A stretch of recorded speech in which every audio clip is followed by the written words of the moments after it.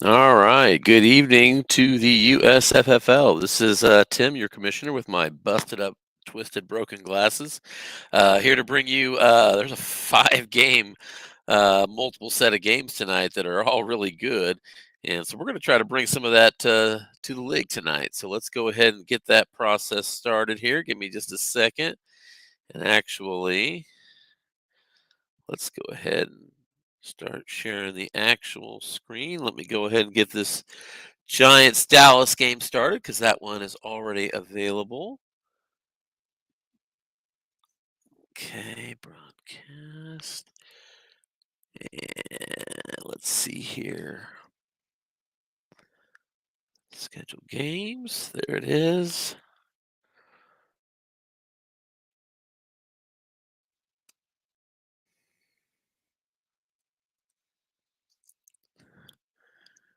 All right. And we are looking live from New York Meadowlands, where the Giants are hosting the Cowboys, one game behind in the division race, halfway through the first quarter. Now, before we continue here, let's go ahead and let everybody know that we're out here, shall we?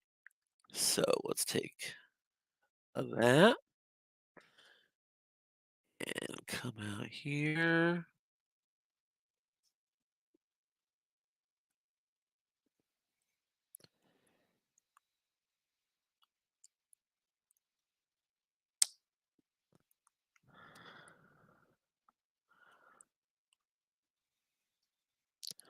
Almost.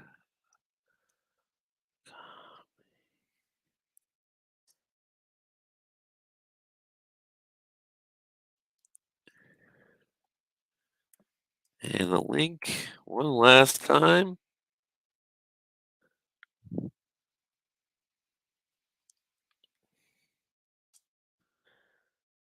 All right, we should be good to go now. And we are now looking live here. We are in New York. New York Giants at home against the Dallas Cowboys. There's a 23-yard completion as the Giants cross midfield. Still 0-0 here in the first quarter. Let's take a look and see if this is the second possession of the game. It is not. Looks like the opening possession went to Dallas. 6 plays, 20 yards. Had to punt. Giants 3 plays and a fumble. Dallas 5 plays and an interception. 2 turnovers, 1 each. And the Giants are coming back across the field now. 2nd and 8. Giants come into this game 7-6 on the year. Dallas 8-5. We'll take a look at the NFC East standings here in a little bit.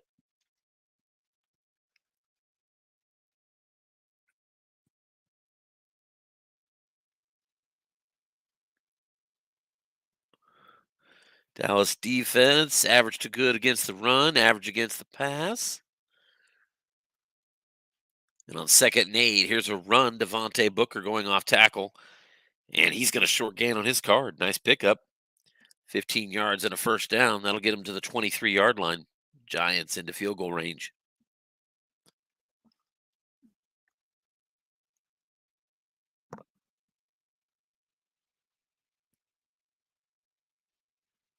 Okay, just making sure we're clear there. Booker stuffed at the line of scrimmage, 2nd down and 10. Let's take a look at the standings here if we can. Let's see.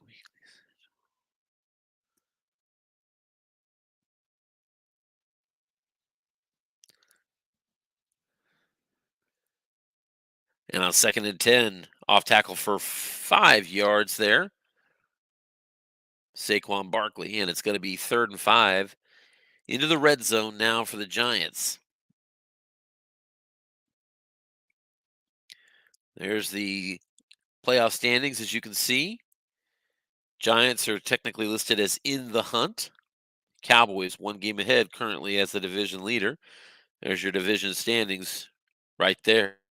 We can see, let's see here, earlier in the year, if the Giants won or lost. There it is. Giants beat the Cowboys earlier in the year. So if the Giants can win this game, it would be the season sweep. They would take over the division lead. They gained 15 yards there on a square out to Kadarius Toney. The 3, quarterback around the edge, Daniel Jones into the end zone, touchdown Giants. Coach Scott Kaplan and his Giants cross the goal line and draw first blood in this division matchup.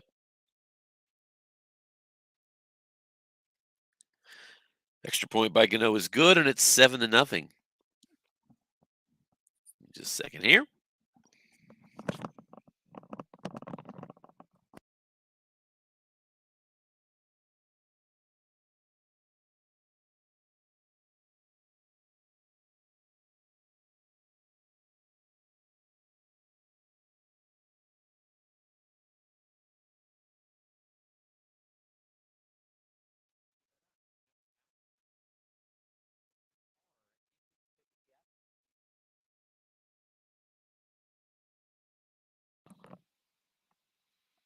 All right, sorry about that. I am back.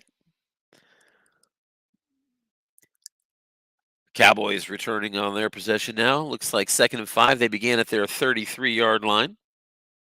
We've got other games coming up here as well tonight in the USFFL. Looks like next up is going to be here at the bottom of the hour, Raiders at the Browns.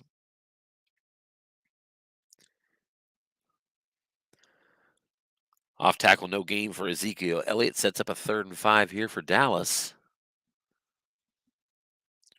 Earlier today, the Buccaneers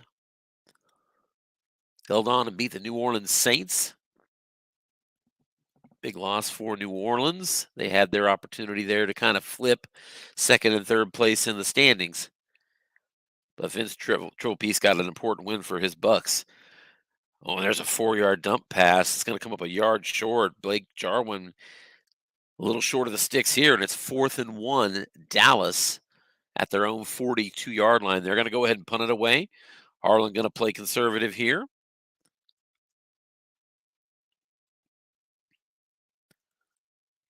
And the punt is going to be fair caught at the 9-yard line by Farrell Cooper. 36 seconds left here, first quarter. Giants get the ball back up 7-0.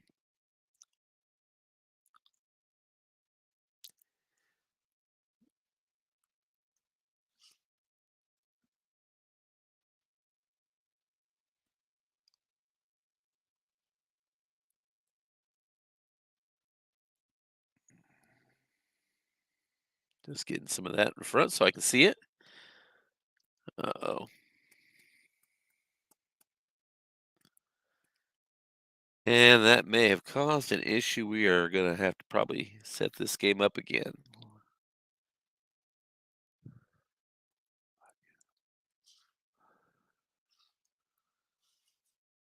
All right, let's go ahead and get that code.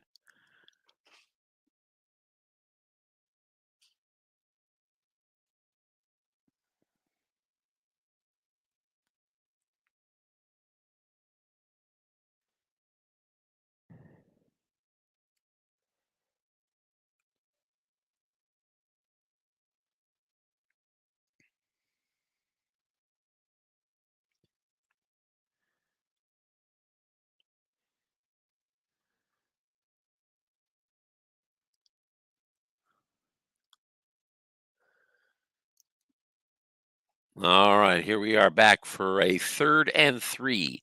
Giants at their own 16-yard line. Early second quarter.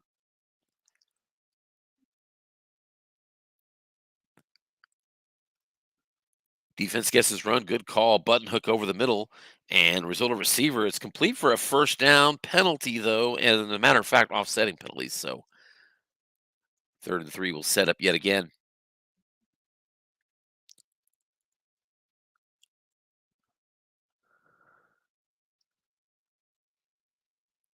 Giants coming into this game after a loss to the Chargers. Dallas has been a little hot lately. They've won their last 4 games.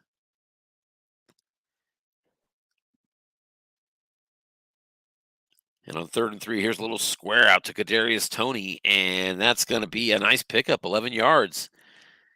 4 yards before the Yak already had the first down, and Kadarius Toney just tacked onto that. 1st and 10 across the 20 out to the 27 now.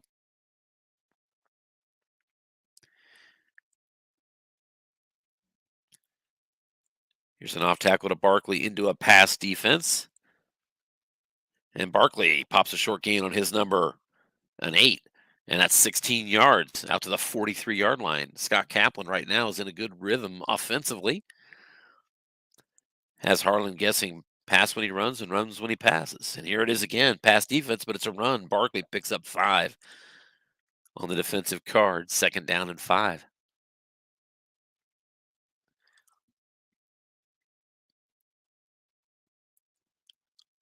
Here's the defense coming in with a good call, guessing run. Barkley trying to run, goes to the defense card and picks up a pair. And that's going to set up a 3rd down and 3.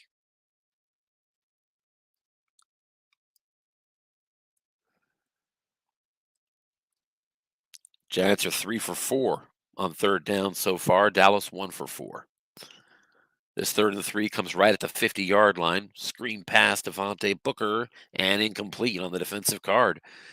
Give Harlan credit for another correct call on that one. Sets up 4th and 3 at the 50. And Coach Kaplan's going to punt this one away.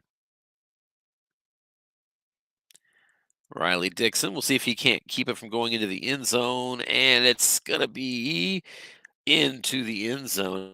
He's going to wipe it away, though, and back him up 5 yards. 4th and 8. Giants punt now from their 45-yard line.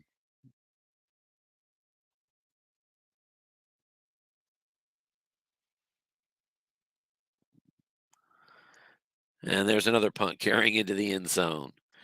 1st and 10, Dallas at the 20. They're coming out with their 4th possession now, I believe. Indeed. A couple of punts and a turnover so far for Dallas. And there's a little dump pass, 15 yards. Injury on the play to Xavier McKinney of the defense.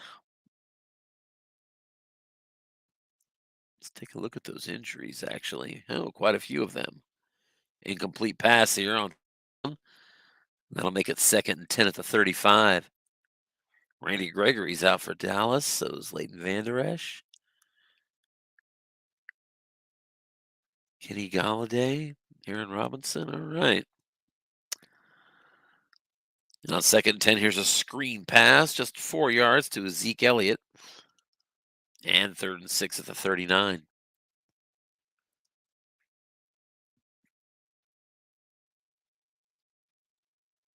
3 wide receivers splitting out now with a shotgun formation.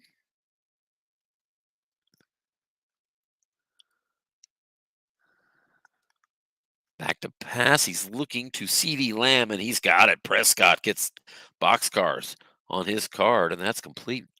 14 yards. Across midfield into Giants territory at the 47-yard line.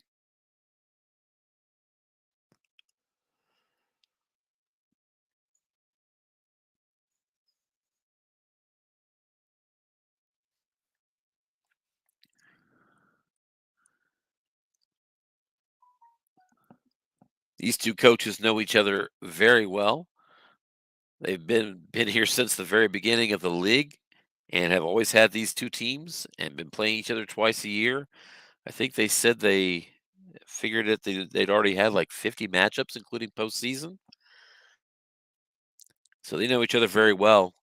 And this is a game that's going to fly by. 2nd and 14. Near midfield for Dallas.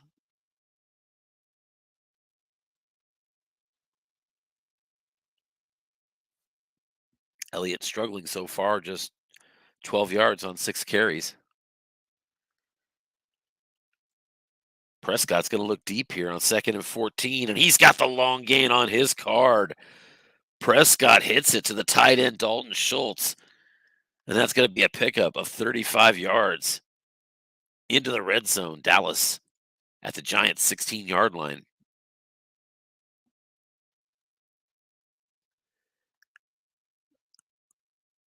Here's a little incomplete pass over the middle.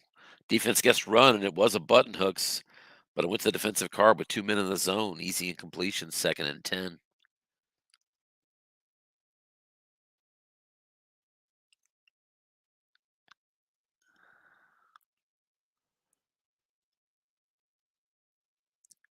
Harlan staying on the ground, off tackle to Elliott. He's got the short gain. He's headed for the end zone. He's going to come up a little short. First down at the 3-yard line, a pickup of 13. And it's 1st and goal to go for Dallas.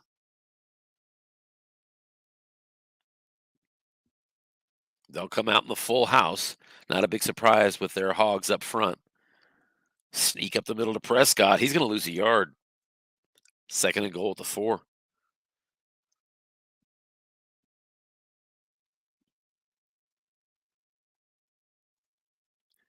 Now they'll shift out to the blocking back formation out of the shotgun. Elliott's in there. Defense keys him, but it's a short pass to Dalton Schultz, and that's a touchdown. 13 yards. It went to the defensive card.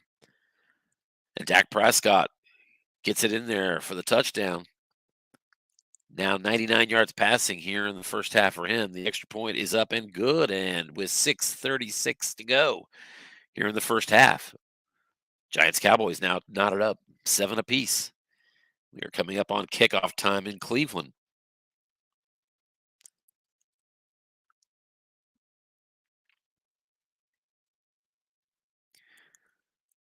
Kick return for the Giants out to the 31-yard line. Scott Kaplan will take over there. And they're going to go deep as well. First play of the drive, looking long to Sterling Shepard, and it's a must run and pick up a 3 yards for Daniel Jones. 2nd down and 7. His long pass card doesn't quite look as good as Dak's, as you can imagine.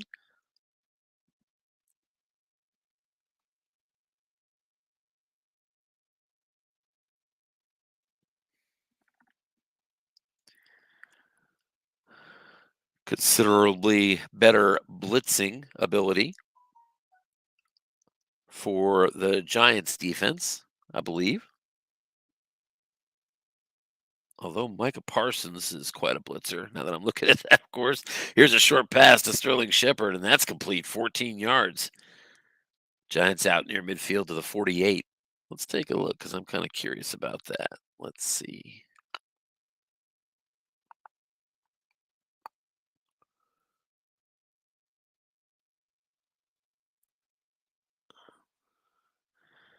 Yeah, we'll look at that in a second. Let's come back here. Oh, we got a good double team. Harlan makes the right call. Short pass to Sterling Shepard. He's double teamed, but it's caught anyway. Daniel Jones hits his number, and that's a first down completion.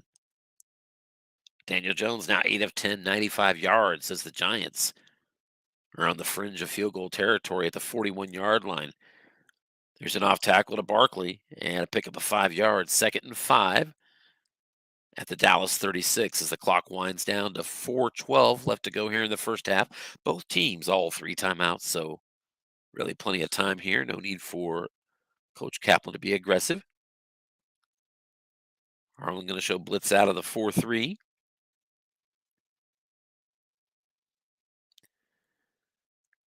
Two tight end offense looking for a flat pass, but it's a sack on the play. As the aforementioned Micah Parsons comes through with a sack.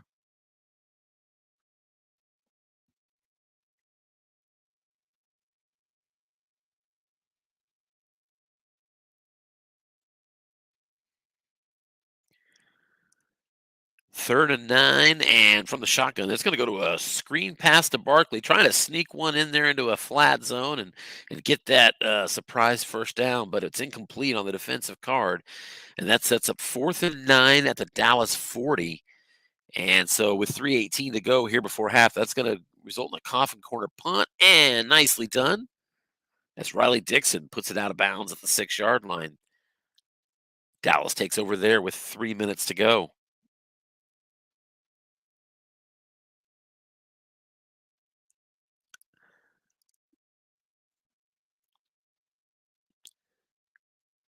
Run up the middle to Tony Pollard. Nothing doing. Just actually a 5-yard gain as they beat the nose tackle with a 5 on the white die.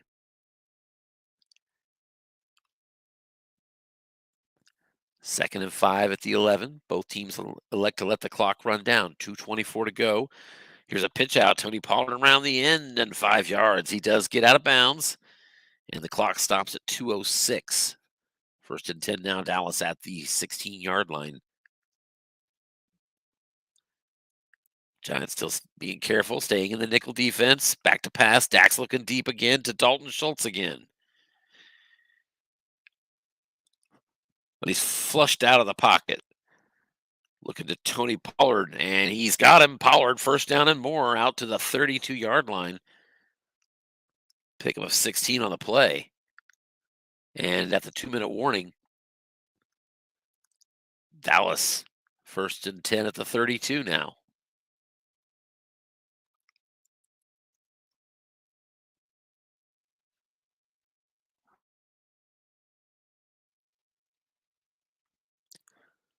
Giants currently with just 10 yards more of offense. Both teams 9 first downs. Tie score, very close game. As expected, 2-minute offense trying to break this 7-7 tie.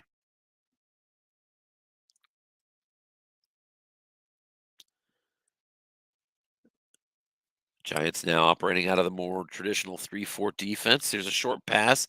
CeeDee Lamb and incomplete. That was a result of receiver and very close to a long gain, but it is an incomplete pass, 2nd and 10.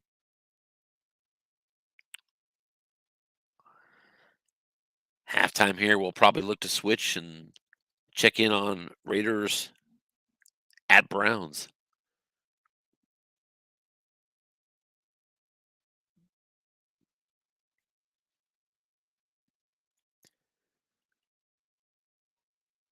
And on 2nd and 10, Elliott's still in. Has the tailback in the shotgun, and it's a draw up the middle to him just to pick up a 2 yards.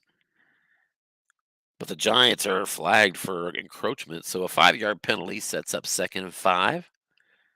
Dallas at their 37. It also stops the clock. Good break for the boys.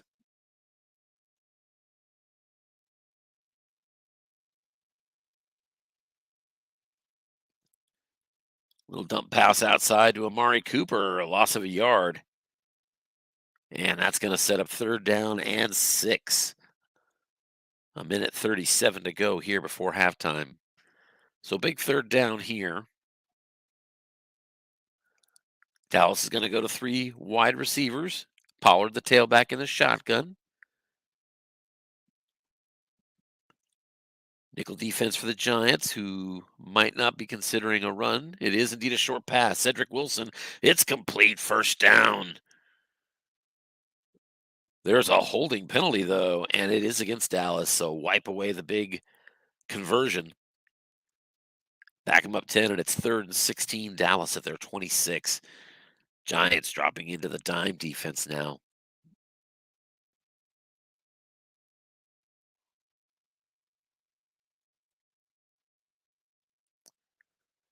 And on 3rd and 16, run right at the middle of Pollard, going nowhere. Stuffed immediately just to pick up a 1. And I assume that we're going to get a timeout here from the G-men on defense.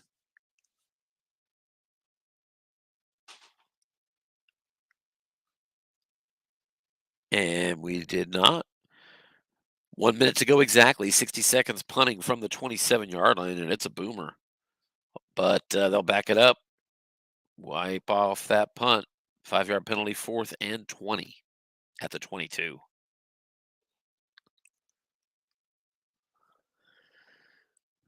And it's a 43-yard punt taken at the 35-yard line. Fair caught there. And with 52 seconds left before halftime and a 7-7 tie. We'll see how aggressive Coach Kaplan of the G-Men wants to be. Looks to me like we're tracking quickly toward a 7-7 halftime score.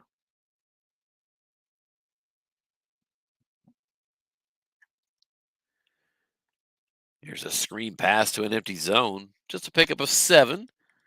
He does get out of bounds, 2nd and 3 at the 42.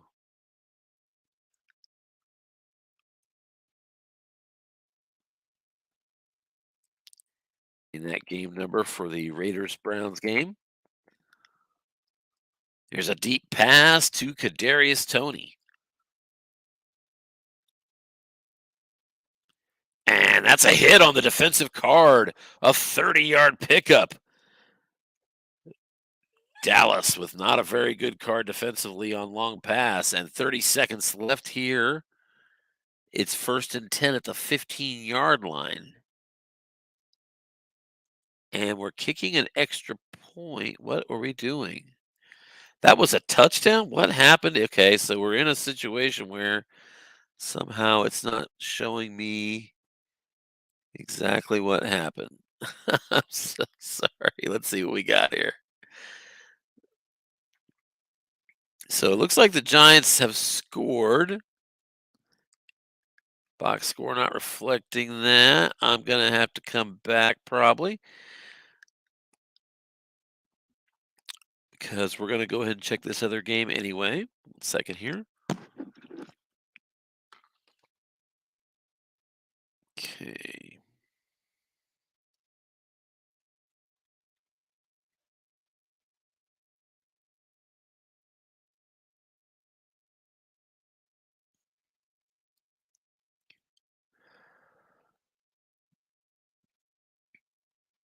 All right. We are heading to Cleveland.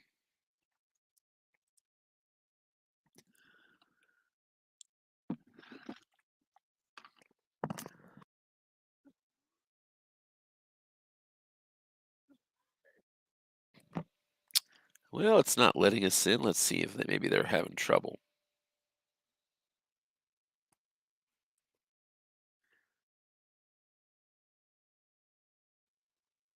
We will assume that's the case, and we will head back to the Giants game. Let's see what's going on there.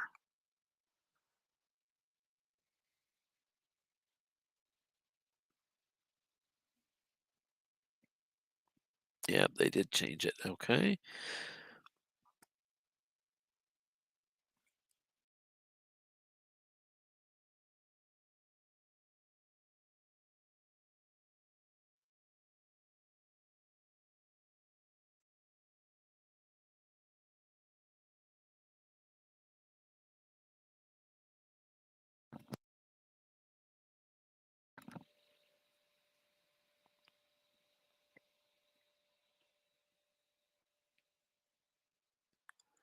All righty.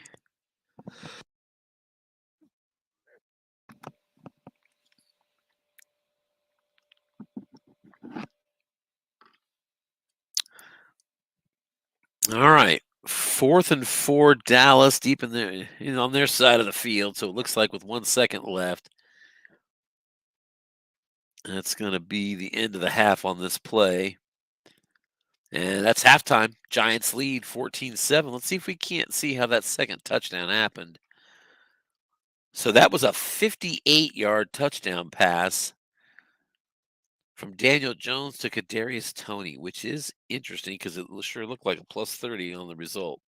I may actually ask about that later. These two coaches are celebrating the fact that they've had a good half. Let's see if we've got a stable game number on the other side. Maybe we do. We're at half here. Let's go see what's going on if we can. In Cleveland as the Raiders are coming to town.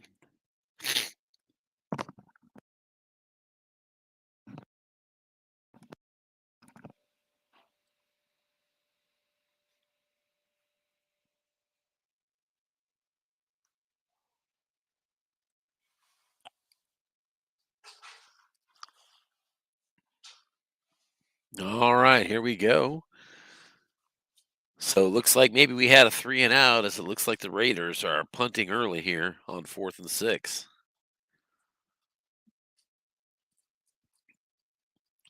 We'll go ahead and try to get both games up. Oh, we've got a fumble though here on this punt.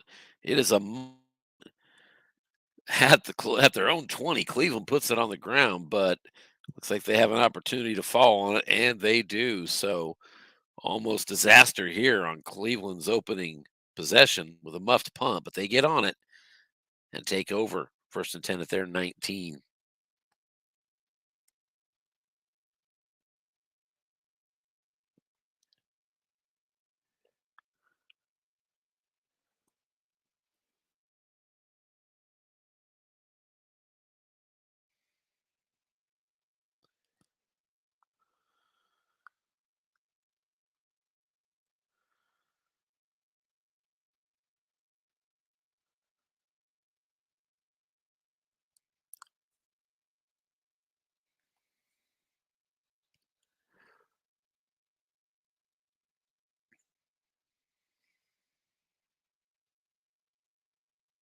All right, let's see if we can't get them both to work. Sometimes that's a problem.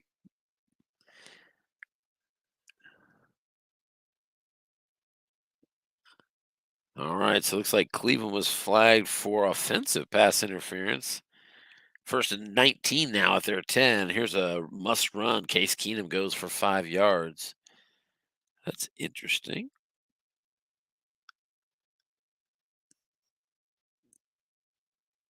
Keenum, 72 attempts on the year, appears to be playing tonight against the Raiders. Let's see. Did Mayfield get hurt? It's all Keenum, who's 1 for 5 in this game. Let's check the injury report. Just Jonathan Abram.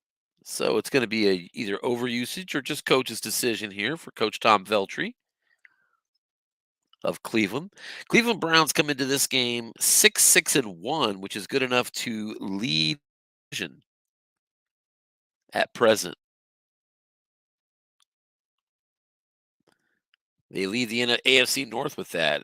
There's a 5-yard run right up the middle for Nick Chubb. 3rd down and 9 now. Cleveland at the 20.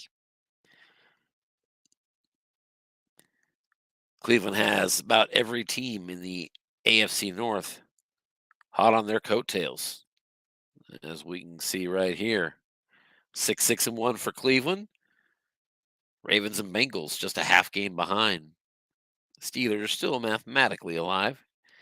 In the AFC West, you can find the Raiders here, 6-7 now. Probably not really fighting for that division title yet, but as you can see, both of these teams are still very much in play for a playoff spot here. And in fact, came into the week both as playoff leaders, playoff teams if the season had ended right away.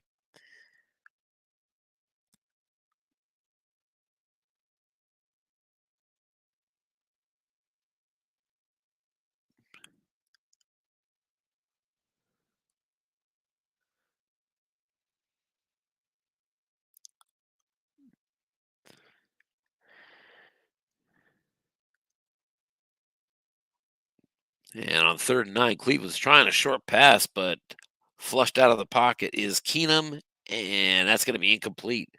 Nick Chubb couldn't find the reception on his card. And on 4th and 9, Cleveland's going to punt.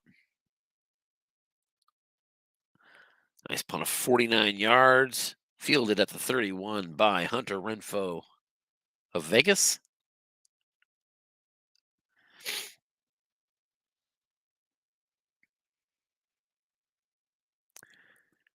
And there'll be a fair catch there. Raiders will take over. 11:06 to go here in the first quarter. Still scoreless. And as a matter of fact, still no first downs in this game. So a defensive struggle there in the AFC.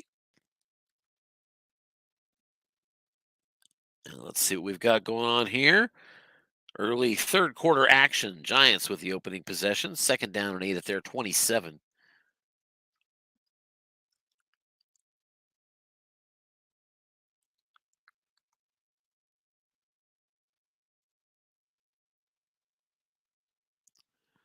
There's a run to Devontae Booker. Just a pickup of a yard. Good call by Harlan on defense.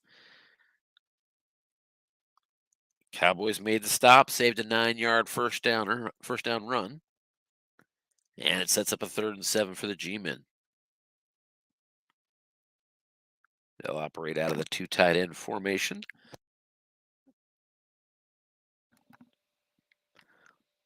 And on 3rd and 7, here's a quick slant over the middle. The tight end, Evan Ingram. Result is receiver incomplete. There is a penalty and a personal foul from Dallas is going to go ahead and extend that drive with a first down as the Giants are now out to their 43-yard line and an injury on the play as well.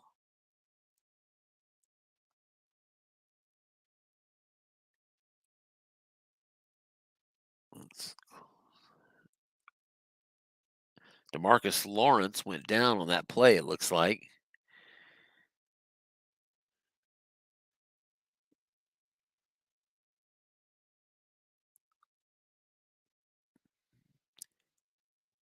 DeMarcus Lawrence will be available again in overtime, so he's out for the remainder of this game.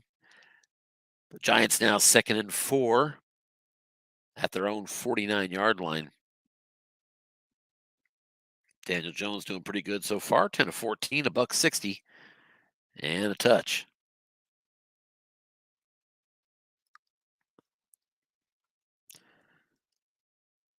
And on 2nd and 4, run up the middle, Devontae Booker, 6 yards. He gets that first down at the Dallas 45-yard line. Looks like a run-heavy offense so far today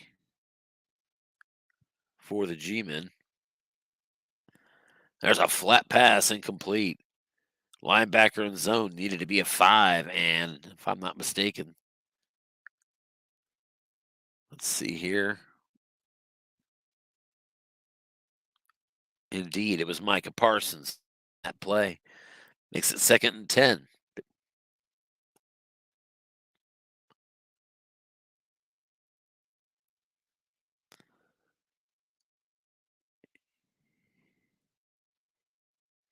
Indeed, 18 run plays, 15 passes. So, Giants showing plenty of balance here, running it more than passing in this game.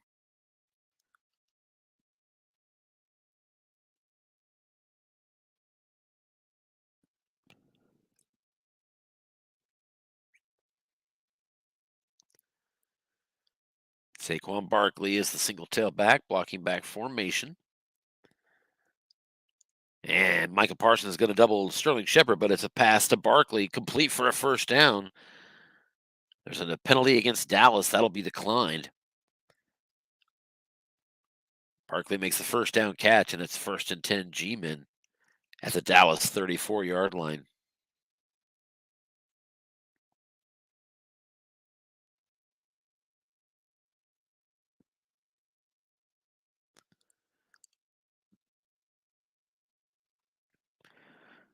Here's a screen pass to Barkley. Caught Harlan and the defense guessing run. And that's a nice pickup, 11 yards, back-to-back 11-yard completions. And it's 1st and 10, Giants at the 23-yard line of Dallas.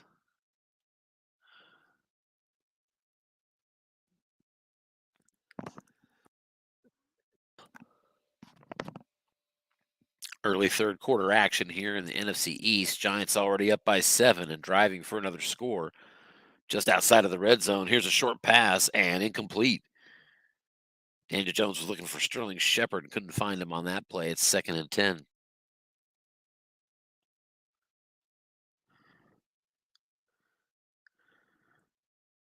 Raiders are approaching the red zone. 1st and 10 at the Cleveland 22-yard line and 8:42 to go in the first quarter there.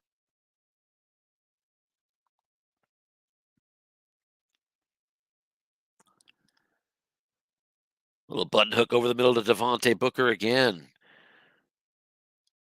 Defense tried to catch him on it, but they did not. It's a 9-yard pickup to Booker, and it's going to be 3rd down and 1 at the 14-yard line.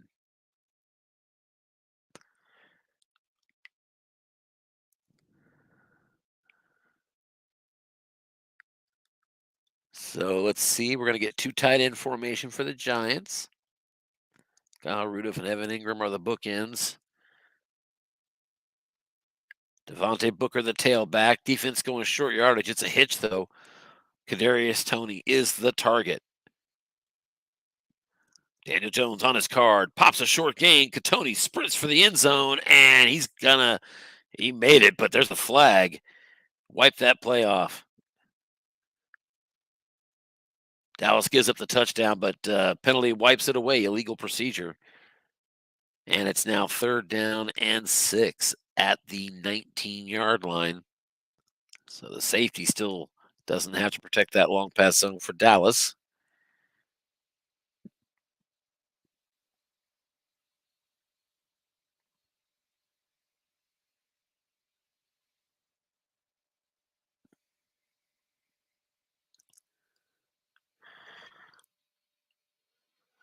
And Devontae Booker was injured for the rest of this game, so that's a big loss here. 3rd and 6, square out pass to Slayton, and incomplete. 4th and 6 at the 19, and that should bring out Graham Gano for a field goal attempt to put up the Giants by 10 points. Kick is up 2 through 10 and good on a 7. And with 9:18 to go here in the 3rd quarter, Giants at home up by 10 points on the Dallas Cowboys as they look over to take over first place in the division. Ensuing kickoff, Dallas takes over at their 25. Back to the AFC halfway through the first quarter. The Raiders facing a big 3rd and 10 at the 12-yard line of Cleveland. Derek Carr in the shotgun. Nickel blitz for the Cleveland defense.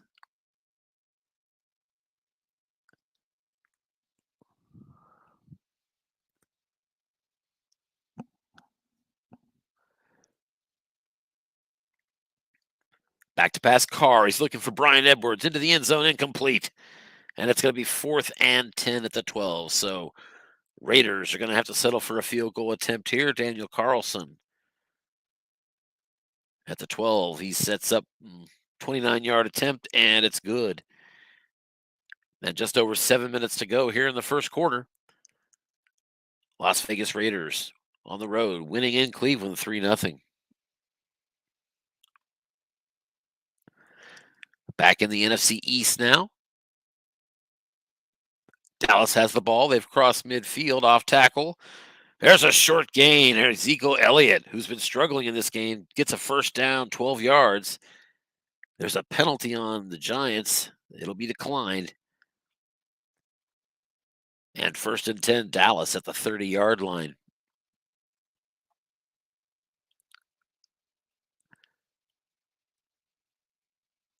Dallas has gone 45 yards in 3 plays. There's a little dump pass, another 10 yards. Amari Cooper. Dallas moving quickly down the field now. 1st and 10 at the 20-yard line of New York.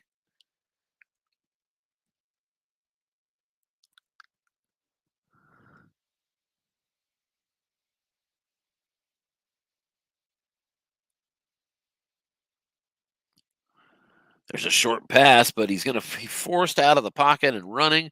Dak Prescott picks up 4 yards, and it's 2nd and 6. Now at the 16-yard line, Giants free safety. May roam. There's a sideline pass. CeeDee Lamb into a short yardage defense. He got it. First down. Inside the 5 and down to the 3. 1st and goal, Cowboys. Here comes the jumbo package. Full house. Elliott and Pollard both in.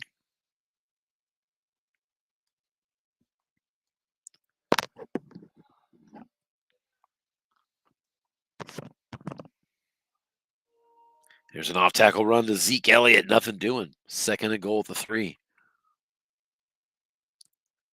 Nice job by the defense, making the stop there. Still in the full house.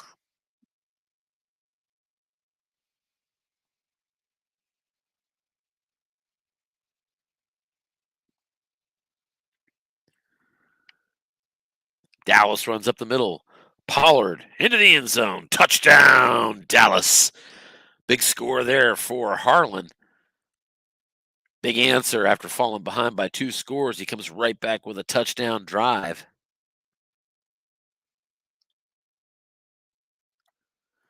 Dallas goes 8 plays.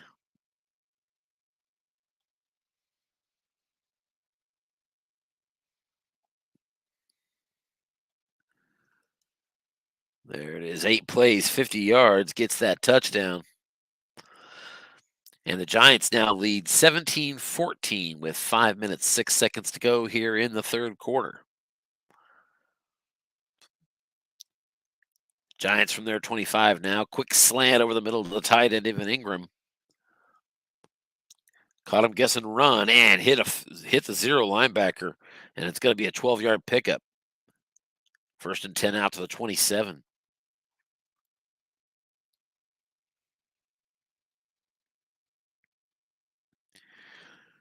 Back in the AFC, Cleveland now driving inside the 40-yard line of the Raiders, trailing 3-0.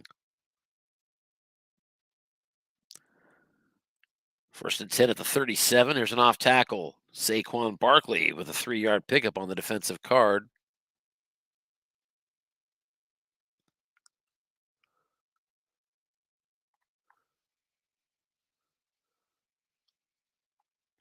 Barkley with his 10th carry in this game, so he still should have some left. Let's see.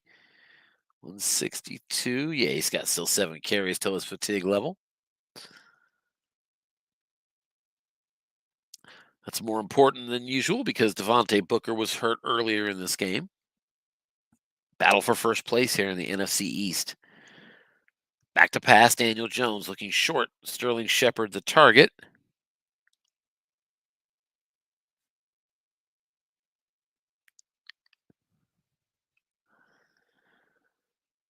But he's flushed out of the pocket. Jones is flushed into the flat, going to Barkley. A yak opportunity and a pickup of 5 net yards total there. And that's going to set up a much more manageable third down, 3rd and 2 for the Giants at their own 45. So big play here, 3:36 to go in the third quarter. Giants up by 3, and they've got a 3rd and 2 opportunity at their own 45. Dallas be looking to put it into this drive right here, blocking back formation. Giants are 4 of 8 on third downs. Here's a hitch over the middle. Kadarius Toney.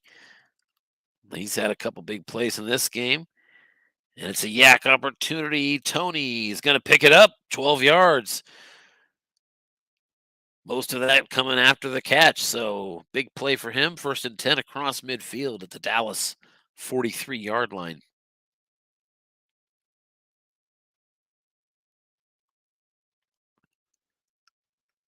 Over in the AFC, looks like we might have had a turnover or something. The Raiders have the ball.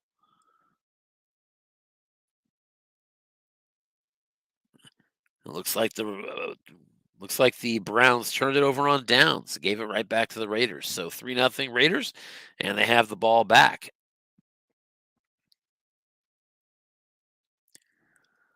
Second down and 10 for the Giants at the Dallas 43-yard line.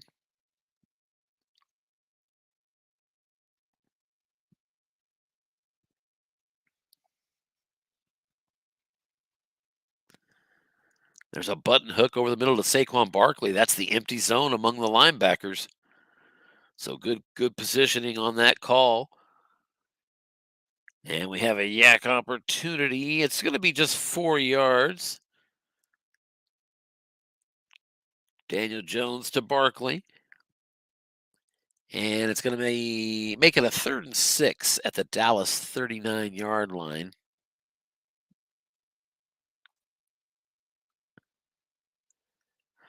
Giants kicker pretty good all the way out to the 38-yard line. So on the fringe of that range right now. 3 wide receivers, 1 halfback on 3rd and 6. So signaling anyway that he's not going to run it. Nickel defense presented here by Harlan and his Dallas Cowboys. Short pass and to Sterling Shepard, complete 15 yards as the resultant defender On the defender card, Anthony Brown couldn't make the stop, and it's 1st and 10 G-men at the 24-yard line of Dallas after that play. Big 3rd down conversion. Here's a quick slant over the middle of the tight end again, and an 8-yard pickup. Defense was guessing run. It did go to the defensive card. 2nd and 2 now into the red zone at the 16-yard line. Giants with a touchdown, looking to go up by 2 scores again.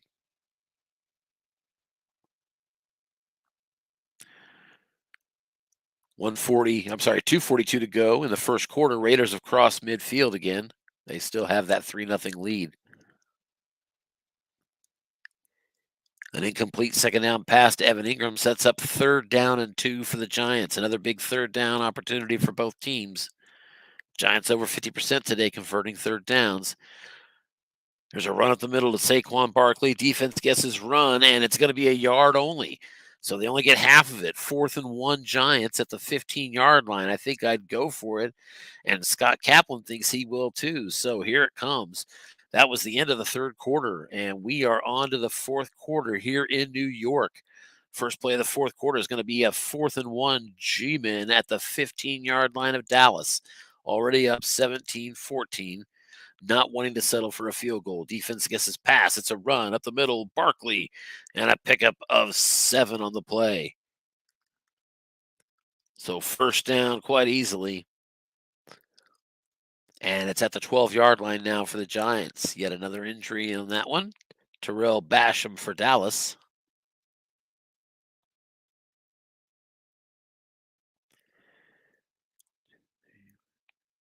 Ten players are actually injured in this game right now. There's a little dump pass for 5 yards to Kyle Rudolph.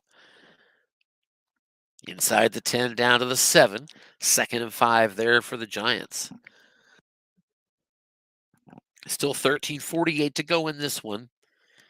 So plenty of time, even if the Giants get a touchdown, but you know they want to stop that and hold no field goal. Here's a short pass. Kyle Rudolph, incomplete. Daniel Jones misses it. Snake eyes on his card. Had a good opportunity there. Caught the defense looking for a run. So he had it on wrong. Couldn't convert. It's 3rd and 5 Giants at the Dallas 7. 3 wide receivers are going to split out. Tony's in the slot. Cowboys showing blitz out of the 4-2-5.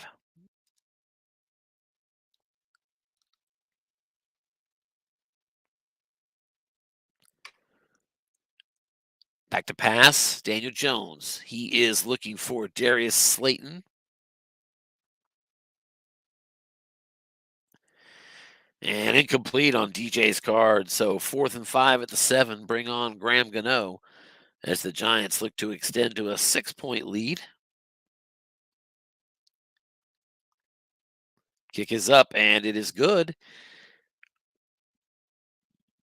And with 12:54 to go here in the 4th quarter, Giants at home are up on Dallas 20-14.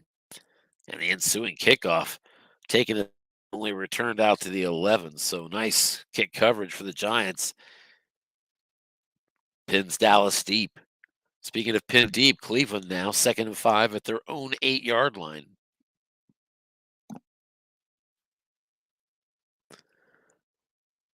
We'll square into Jarvis Landry. And 5-yard pickup. Jarvis Landry converts for a 1st down. Cleveland now 1st and 10 at their own 13. We'll keep an eye on that. Let's come back to New York. Cowboys got 5 yards on 1st down from Zeke Elliott. It's 2nd and 5. Now here's a screen out to the left. Tony Pollard out of the backfield. Receiver's the result, and he's going to lose a yard. Pollard lost a yard, setting up 3rd and 6. Actually had a chance at a fumble as well. Did not get that negative roll. As we welcome Anthony to the stream. Hi, Anthony. How you doing? Hey, Tim. Doing well. How are you? Doing all right. Watching a couple of games here right now. Cool. I can only stick for a couple minutes, but thought I'd check in. Yeah, absolutely. Big one is Giants and Cowboys. Giants are up 20-14. Dallas operating deep in their own end. Short pass for 10 yards to Dalton Schultz. They're out to the 25-yard line.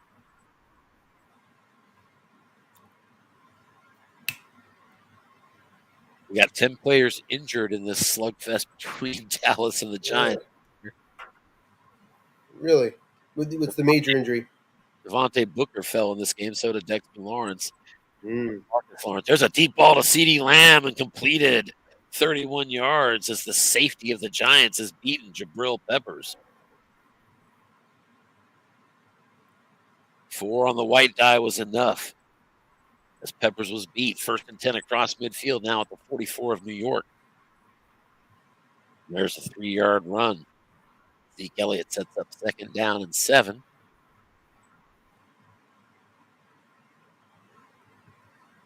Back in the AFC, Cleveland now across the 40-yard line near midfield, still trailing 3-0. There's a short pass, incomplete. Caught the Giants defense guessing run and had CeeDee Lamb on wrong on his card. So great opportunities, but guys did not cooperate. Here comes a 3rd down, and this is a place where Dallas has struggled today in comparison to the Giants. Hmm. The Giants were over 50%, 6 of 12, 3 of 8 here for Dallas. 3-4 defense from the Giants is going right back to CeeDee Lamb. Short pass, 10 yards on the defensive card with 4 in the zone. Good completion. And Dallas is down Giant 31-yard line. 9 minutes left to go here.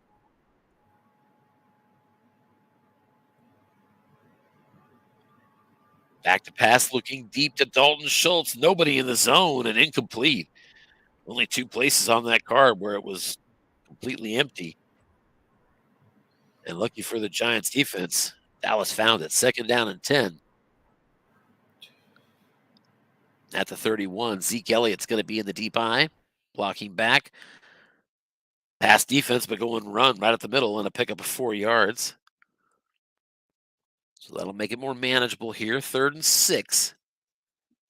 Dallas at the 27-yard line. With over 8 minutes to go, a field goal is still a real possibility here if you can't convert. Dallas really likes the run option. They're 2nd in the league on 3rd and 3 to 5 in converting. But you go back a yard or 2 and they drop to 16th. Wow. They run a lot on that too, don't they? On 3rd and short? Yeah. There's a 6-yard pickup on 3rd down. Just enough to get that 1st down, just like we talked about. 3rd and 6, ran for 6. And Dallas, 1st and 10 at the 21-yard line. Here's a hitch, 2-minute zone, incomplete. Flag on the play. Sort of 3rd down where he's going to go for it on 4th probably. So he was looking to get, hoping for the first. That probably makes sense. Dallas now 1st and goal here at the 10. They're trailing by 6, 7:12 to go. Big possession. I got to step away. I'll stay tuned in, though. Sounds good. Run up the middle to Zeke Elliott against a pass defense and a pickup of 3 yards. Center needed to be a 6. He was not. So 2nd and goal at the 7. Blocking back still out of the shotgun. It's Zeke Elliott. Back there by Prescott. Cleveland now into the red zone. 2nd and 10 at the Vegas 15-yard line. Back to pass. Prescott looks into the end zone. Short pass, incomplete, almost intercepted. He did get the split interception roll and did not complete that, but Giants were flagged for offside. So 2nd and goal at the 3 now. And being much closer inside the 5, full house formation comes out. Pollard off tackle. He's going to lose a yard, though. 2 linebackers in zone, and that was enough to stuff it. So 3rd and goal on the 4. Big play here in the NFC East. Giants won the earlier matchup between these 2 teams. A win in this one would put them ahead in the division as they would own the tiebreak. 3rd and goal at the 4. Back to pass. Dak looking for Blake Jarwin and incomplete. Dak found an empty spot. 4th and goal at the 4. And with 5:24 to go, Dallas has decision time. We assume that's a field goal, but it isn't. 4th and goal at the 4, and Dallas wants it all. Blocking back formation. No shotgun. Zeke Elliott is in there. Run up the middle to Elliott. Defense stuffs him. Linebacker in zone. White die of 4. And the tackle is made by Reggie Ragland. The G-men stiffen up on 4th and goal at the 4. And at the 5:06 mark here in the fourth quarter, leading by 6, the Giants take over at their own 4, 1st and 10. Big stop. Gutsy call by Harlan. And once again, another situation where he's running in that clutch situation. Daniel Jones, little sneak up the middle, pick up a 2 yards, 2nd and 8 at their own 6. Cleveland did end up getting a touchdown on that prior drive, and with 10:48 to go in the second quarter, Cleveland now up on the Raiders 7-3.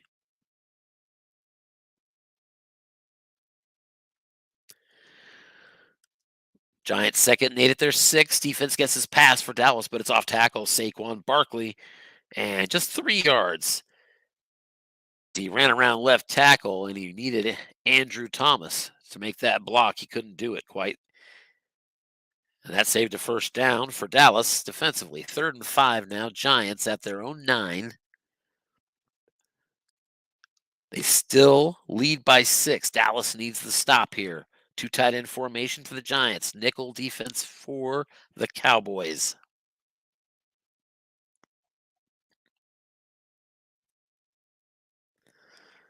And on 3rd and 5, here's a little sideline pass to Sterling Shepard. He's double teamed. And even with the double team, Shepard comes down with it. Second time here in the second half that Sterling Shepard on double team has been found by Daniel Jones on his own card. And this one was on a critical 3rd down, deep in their territory, as the Giants keep the clock moving now. 3:18 to go here in the fourth quarter. They're 1st and 10 at their 15. Looking pass now against a run. And that's going to be complete 3-yard gain to Kyle Rudolph. That could have been significantly more, but Kyle Rudolph, not the best yak. There was a penalty on the play, though, and it backs up 5 yards, so wipe it out. Now 1st and 15, G-men at their own 10-yard line. Here's an off tackle left to Barkley. Defense guessing run. Harlan with a good call, and it's a pickup of 4. Pretty good for right on your run card. Would have been 8 on wrong. But Barkley gets him out of the hole a little bit. 2nd and 11. Giants at their 14-yard line. They'll stay in the 2 tight end formation.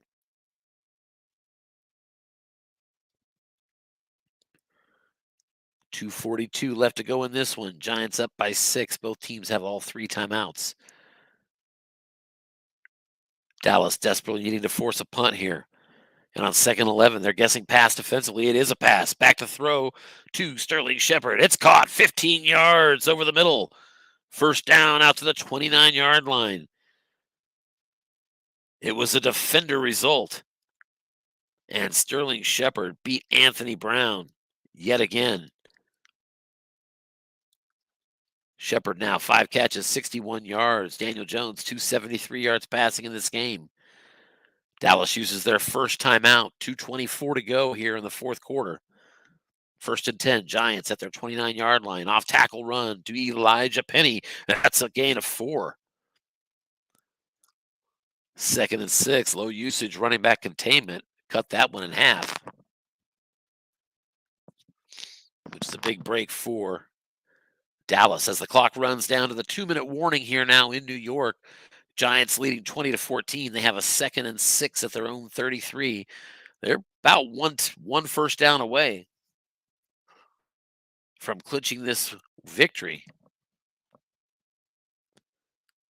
Barkley's the tailback, 2 tight end formation, 2nd and 6.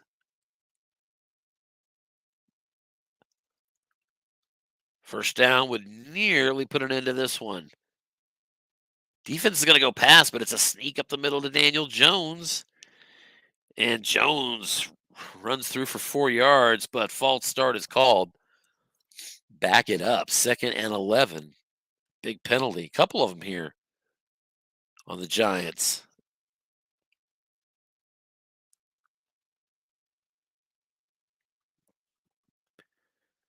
Still 2 minutes to go in this game. 2nd and 11. Giants at their 28. Here's an off tackle. Saquon Barkley, just a pickup of 1 yard as Barkley gets the second worst possible result on wrong on his card. It's just what the doctor ordered for the Dallas defense as Harlan calls his second timeout. Dallas with 1 timeout remaining, and it all comes down to this for the Cowboys. They got to get a stop here. 3rd and 10. Giants at their 29-yard line.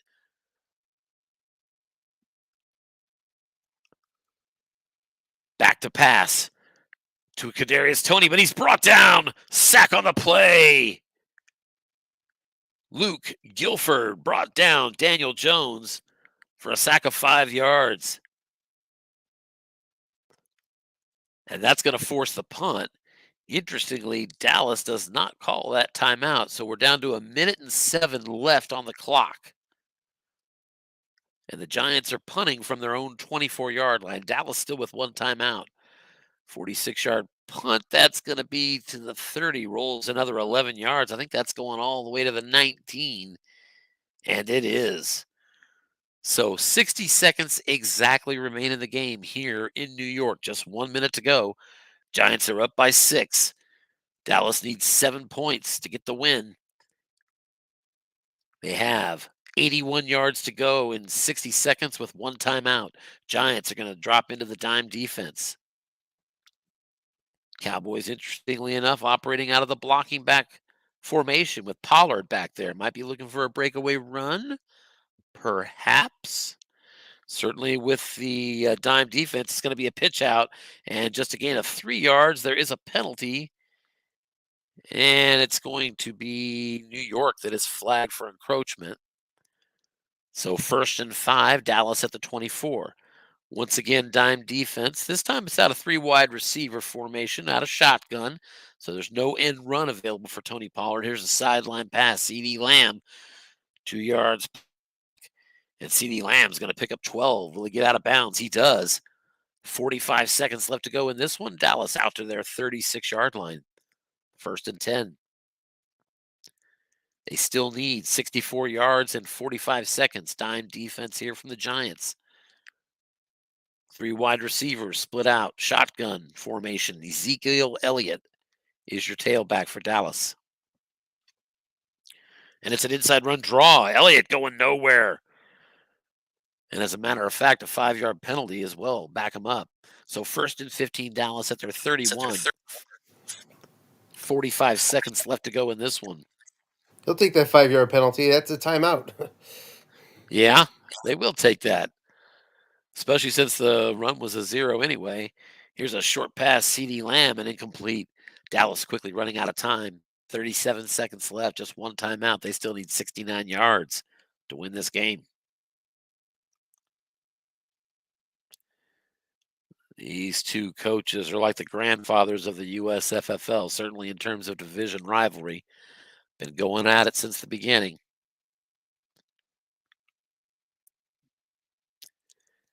Could have been salting the division away if Dallas walked away with it, but with the Giants winning it, it really just kind of opens it back up for everybody. Here's a little dump pass for 3 yards. Gets out of bounds. 3rd and 12. Dallas at their 34-yard line. Just 30 seconds remaining. They do have a timeout, but I think you need to go downfield. Here's the deep ball and incomplete. Dak went to his card. That's what you want. Couldn't find the number though. 4th and 12, 22 seconds left as we've come down to potentially the final Hail Mary here from the Cowboys.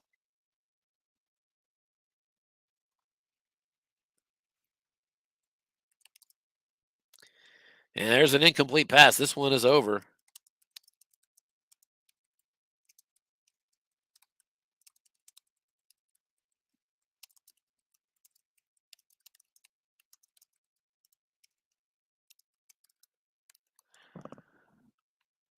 And Daniel Jones takes a knee here in the Meadowlands.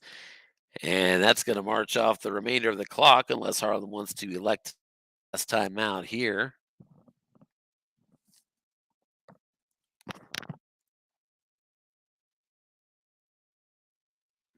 And he does not. That's going to be it. Your final gun has rung. And in the Meadowlands, New York Giants secure a season sweep of 2 games against the Dallas Cowboys, and they improve to 8-6. Dallas falls to 8-6, and the New York Giants are the new division leaders in the NFC. So congratulations go out to Scott Kaplan.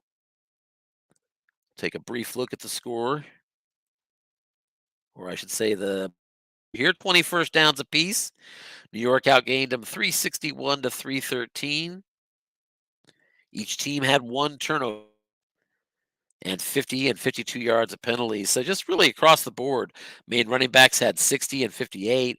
These two teams matched up. It was really close, and the Giants just got the best of them. So we're going to go ahead and close this one. And let's go ahead and bring back up our Cleveland game. We have, it appears, Cleveland with a 2nd and goal at the 4 as they are looking to put up another touchdown on the Raiders. And there's a nothing doing run up the middle.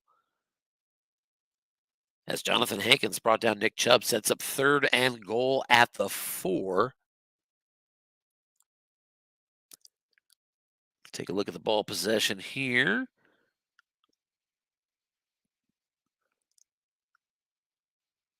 Some long drives there for Cleveland, 3 punts and a field goal for the Raiders.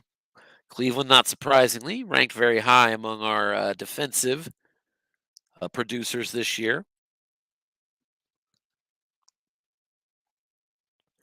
They're in the full house formation here on 3rd and goal at the 4. We'll see if they want to run it in on the Raiders.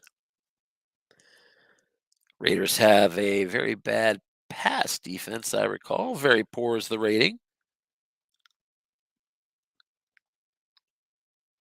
But when Chubb is your opposing running back, your options aren't good anyway.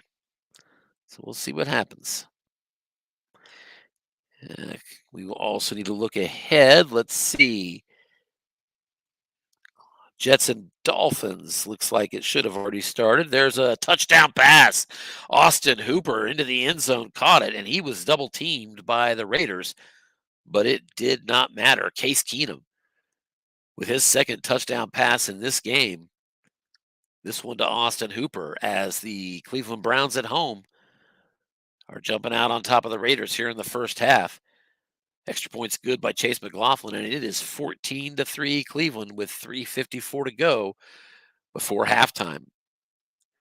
While they do the kickoff, let's go ahead and add Scott Kaplan to the stream. How are you doing today, Scott? Doing all right, man. It was a rough day, but it was a good evening. Yeah, listen, congratulations. That is a big win. That's I was looking at that, and if you lose that game, it's one of those things where it's not over, but Dallas kind of is about to walk away with it in a way. And now all of a sudden, you've not only brought Dallas back, you now lead the division and really kind of open it up for the teams below you as well. So good job on that. What was It was a the tough kind of game. difference in this one? What did you kind of think was the reason you were able to eclipse him here? But you know something, Harlan's a great coach. We've been playing 20 years against each other, and uh, I think our matchups are pretty good. I thought I had a decent chance, and I kind of switched up, I think, a little bit on him from what I typically play. I knew I needed to grind it out, but also throw some passes, and I got kind of lucky. He was out of sync with what we were doing opposites, so it kind of Yeah, worked out for me. especially the first half, I noticed that as well. A lot of injuries in this one. Were you concerned a little Yeah. bit? I know you were focusing on the run. Were you concerned a little bit when Booker went down? I was very concerned when Booker went down. You know, I because neither one of my running backs has a lot of rushes available, Right. I need to split it up. So, you know, I try to switch them up a bit and make sure that I'm not always running with them and try to do other stuff. And when I lost Booker, I was like, I'm in trouble. But Yeah. you know, and I was afraid of calling a run with. I knew he would call run against me, and if I ran with dimes, I was afraid of like losing big yardage. So Yeah. you know, I was able to. I knew that he would call pass on some of those plays, and you know, so I tried just keeping it moving and got lucky. But I kept getting hit with penalties at the end. There, it was killing me. Yeah. Yeah, it kind of helped extend his drive a little bit too. Kind of helped keep him alive a little bit longer. So yeah, I'm looking at the division standings here. So you guys are both tied. The Eagles would be, a half game behind, pending their matchup with the Commanders. So if the Eagles were to win, you'll have a three-way tie at 8-6. Were to lose, the Eagles and Commanders would be one game behind both of you. Looks like your remaining schedule, you've got Eagles, Bears, and Commanders coming up. And they're all interesting games. You know, theoretically, I feel like when I'm looking at the schedule, like theoretically, I feel like I can win those games, Yeah. but it really is like how the dice goes. And I was calling a good game tonight. You know how some nights you're calling a pretty good game, Oh but yes. the And dice some don't work nights you're for not. you. Yeah. Tonight, like I was calling a good game, and some of the dice didn't go for me, but other dice did. So like Yeah. I couldn't complain about it. And I noticed I did. I actually, if you watch it, you'll notice I made reference to that on the broadcast, especially in the first half. It felt like you had a real good rhythm where every time you were running, he was getting pass and vice versa. You kind of had him off balance with your offense, and one of the main places that manifested itself was third downs. You had some success in some big spots on third downs. I noticed too. Yeah, So yeah, it was fun. It was fun doing that. And what was killing me on defense was I kept getting him to third downs, and I would guess him correctly, and he'd get the exact yardage he needed. yes, oh, I Uh, hate that. I was like, "Damn, man! Like if he rolled almost anything else, like he wouldn't have gotten that." But yeah, you just got to hang in there. I got That's to tell right. you, this stock league, I'm in this league, and I'm also in a retro league, which is a lot of fun. Mhm. Um, I just really enjoy doing the stock and like the competitiveness of the coaches and playing with a team that wasn't really supposed to do that well. I feel like a lot of pressure next year Oh yeah. because the Giants are totally over excelling, but we'll Yeah, see we how it can't goes. we But can no longer, like, just blindly give you credit, because that's a good team now, right? No, that's I'm just right. kidding.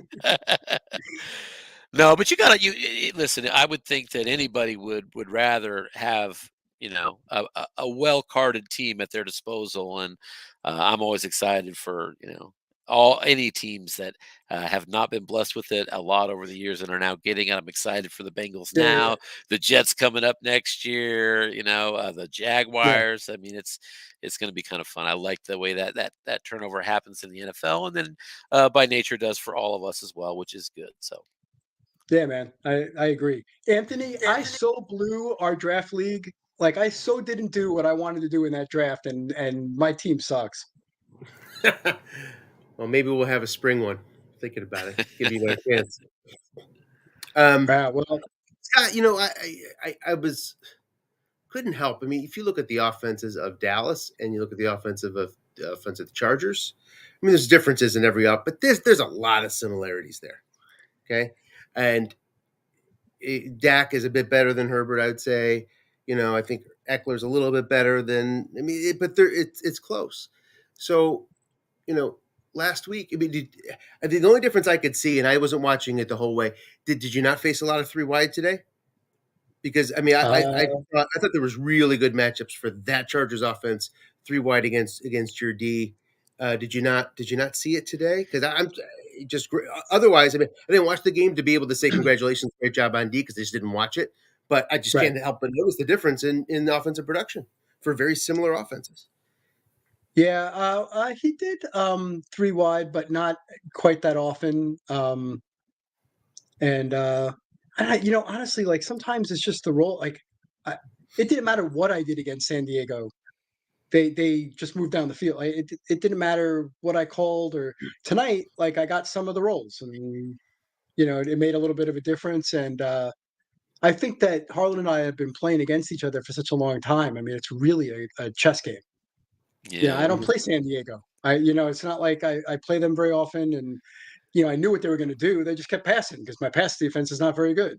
Neither is my run, but Yeah. they have a lot of offensive power, and I needed to be able to score to be able to keep up, and made a little bit of a comeback at the end, but too late. This game, I mean, Harlan and I are always tight. All the games are close. Very rarely is it a blowout. I mean, it happens once in a while, but I mean, usually the game comes down to whoever has the ball last. And I mean, you have no idea how excited I was when he went, for the fourth down, and because I was sitting there, I was like, Yeah. does he kick the field goal? He's got all his field goal. He had all of his timeouts at the time.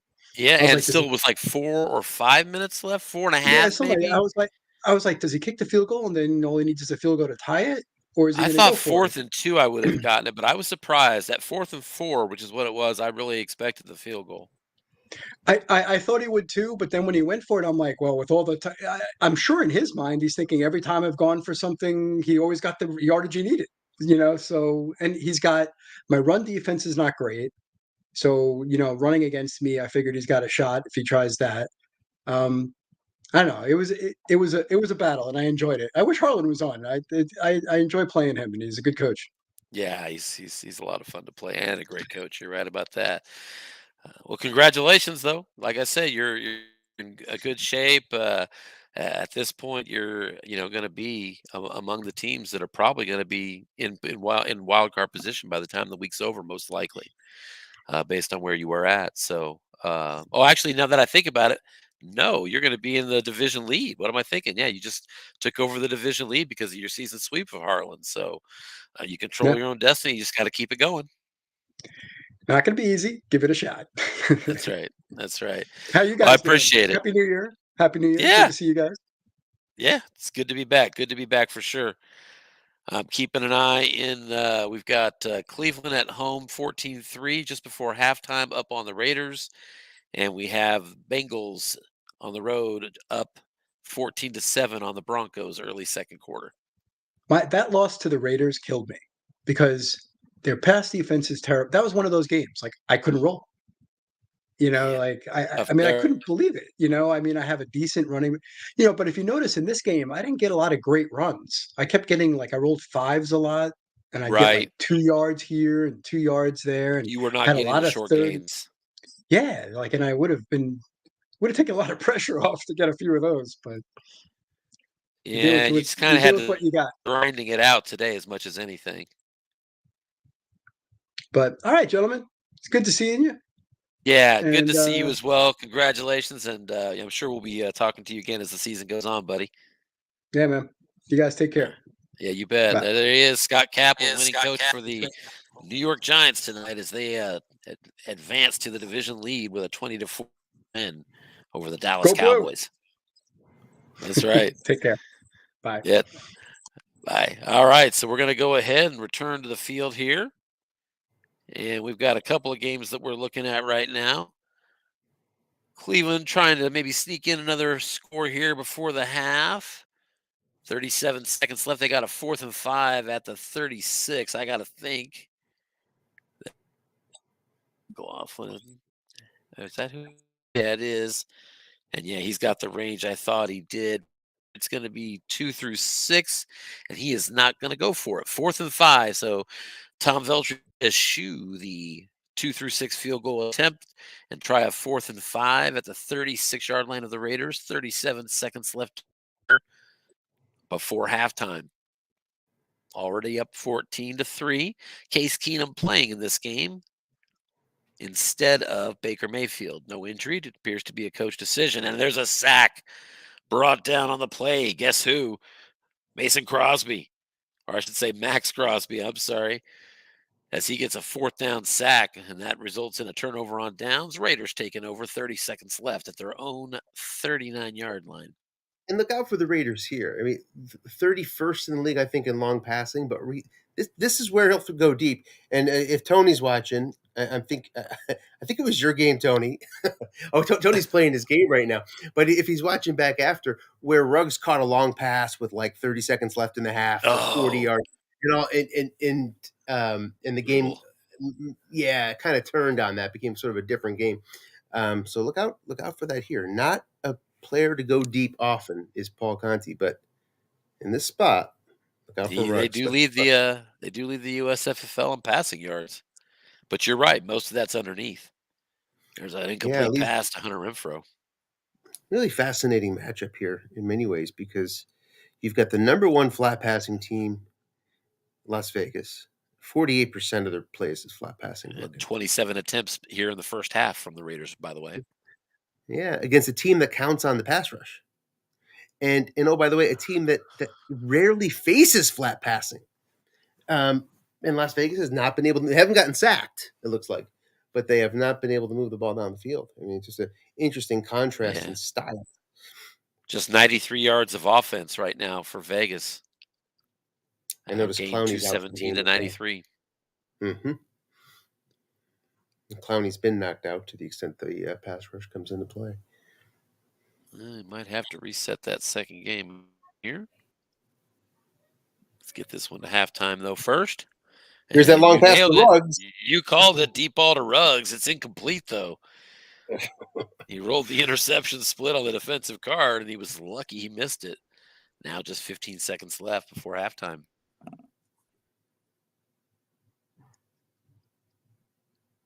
Let's see what Chubb's up to in this game. 9 carries, 44 yards. Kind of surprised to see just 9 carries for Chubb and 22 passes for your backup quarterback, Case Keenum. Then again, the Raiders are terrible with their pass defense. And Yeah, a lot depends you on are up your 14-3, so you must be doing something right. yeah. I mean, a lot depends on your matchups with Crosby along the line. Last week, Tim, you didn't care. The matchups weren't particularly good in your favor. You were throwing short all day anyway. If you have good matchups against Crosby and the other end, who's a 12 1 star, then you're just going to throw all day. Yeah, you'll just throw all day. Maybe that's the case here. Yeah, looks like Jadeveon Clowney is out. That's going to be this zero over here, I guess. Tack McKinley in his place.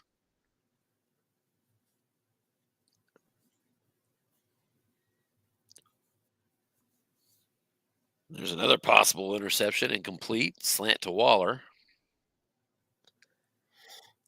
And with 8 seconds left, they're going to have to punt away. Let's go ahead as we look like we're going to go to a halftime score there in Cleveland with the Browns up 14-3. I'm going to go ahead and get this other game back up because it looks like they had a tying score here in this one. Yeah, famously, we'll have some time in the Vegas halftime. Yeah, that's true. That's right. They do take 5 minutes on that one. Let's see here.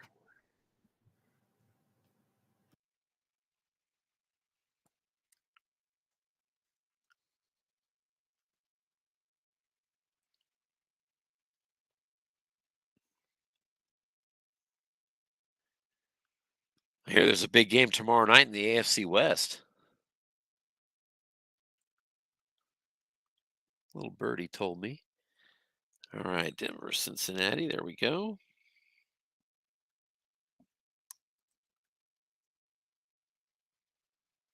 If I'm not mistaken, Tim, I think the Chargers' magic number for the division is 1 with both Denver and Las Vegas sort of on a unilateral basis. So if they both lose tonight, I think the Chargers get the division. I think that's right. Yes, I think that actually is correct.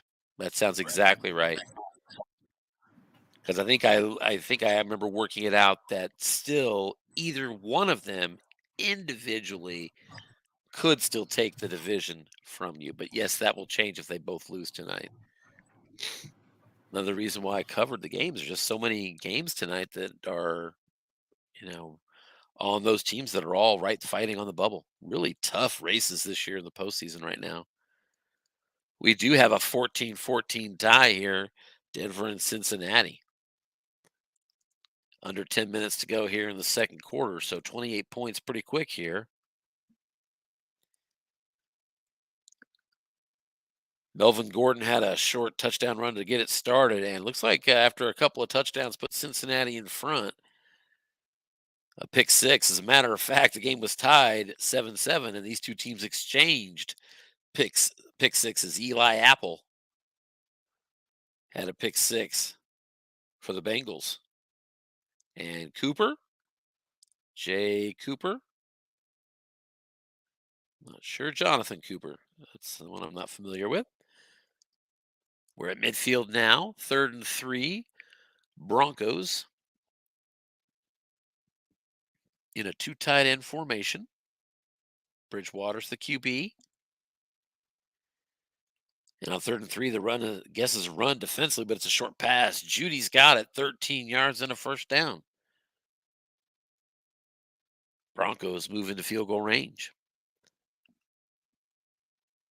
They're at the Cincinnati 37, but I think we all know that Brandon McManus as a boot. Kicking him mile high doesn't hurt. And his range goes all the way out to the 44 at a 2 through 6, 11, and 12. So they can even suffer a sack and be okay, technically. First and 10, back to pass again, going right back to Jerry Jeudy, but Bridgewater's forced out of the pocket. He's flushed and throws a little dump to Albert Okwukabom. That's the man. A 1-yard completion, 2nd and 9. Cincinnati and Denver both come into the game at 6 and 7 on the season. Cincinnati still only a half game behind in their division race, whereas Denver, as we alluded to momentarily ago, really more fighting for a wild card at this point. On 2nd and 9, here's an off tackle run, just 3 yards for Melvin Gordon. Unfortunate for him, that was a snake eyes result. Double sixes was a long gain. Hit the wrong end of the card. Injury on that play. Broncos tight end Noah Fant. He'll be out for the remainder of the first half here, the last 7+ minutes. Just like the last game, this one has 11 injuries currently. And on 3rd and 6, they're going to try to run it. 3 receivers are being double teamed, but it's an off tackle. Javonte Williams, first down, pick up a 14. It was just 4 on the defensive card, but he got the box there, and it added 10 more. And that's into the red zone. Broncos 1st and 10 at the Bengals 19-yard line. 6:36 to go here, first half.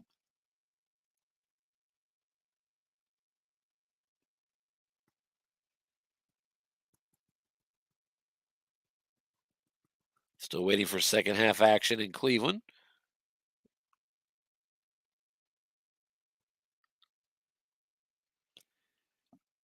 And here's an off tackle run. Melvin Gordon. And that's a first down run. Pickup of 11 yards. Another injury. This one's to Dalton Reisner. He's going to miss another game. 12 players are now out. That's a first down run to the 8-yard line. 1st and goal. Denver at the 8. Close this one. We'll come back to that one in just a second, since it's causing problems. There we go. Let's first resolve this drive. 1st and goal at the 8-yard line, blocking back formation. Melvin Gordon in the eye. Defense gets his run, and it is off tackle to the right side. Melvin Gordon, he's got himself a short gain, 8 yards into the end zone, touchdown. Melvin Gordon on right hits the short gain on a 9. And Denver marches into the end zone.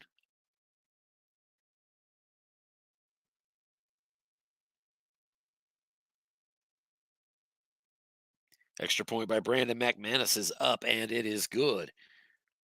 And with 5:42 to go here in the first half, the Denver Broncos at home have taken a lead on the Bengals 21-14.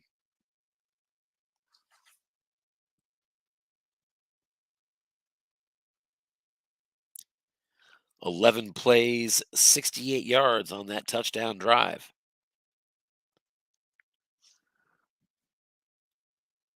Brandon McManus kicks it off. Darius Phillips returns that out to the 22, but there's an illegal block penalty, and Cincinnati will back up deep into their zone. 1st and 10, Bengals at their 12.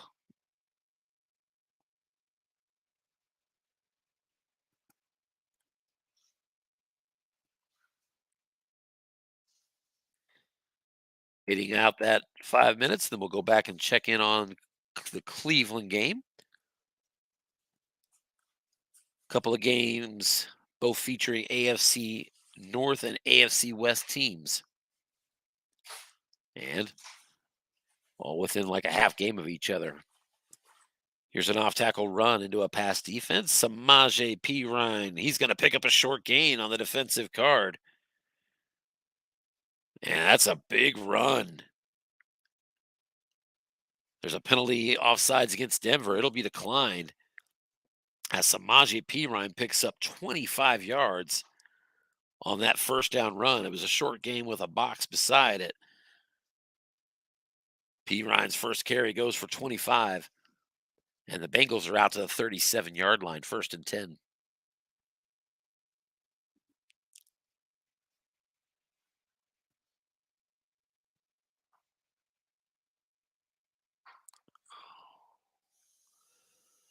There's a screen incomplete to Samaje P. Ryan. 2nd and 10. Burrow just 8 of 13 for 81 yards and a pick in this one. Denver just scored moments ago to take a 21-14 lead. Just under 5 minutes to go here in the first half. Here's a square in pass over the middle to Jamar Chase. Defense guessing a run, and that's going to be 9 yards. Nice pickup. Sets up a very manageable 3rd and 1. Cincy at their own 46. Second reception in this game for Jamar Chase.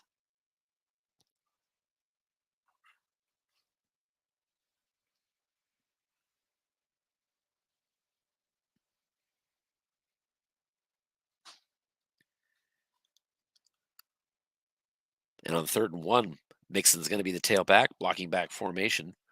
3-4 defense from the Broncos here.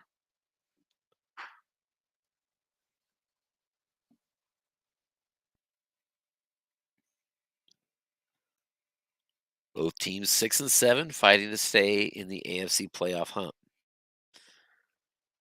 And on 3rd and 1, here's an off tackle. Joe Mixon. There is a man in the zone. Defense guesses pass.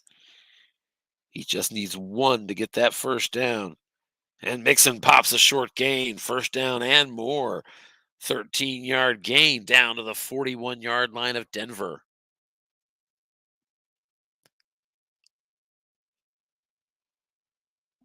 Mixon just his 5th carry in this game, 35 yards. Bengals are now going to split out 3 wide receivers. There's a quick slant over the middle to the tight end, C.J. Uzomah.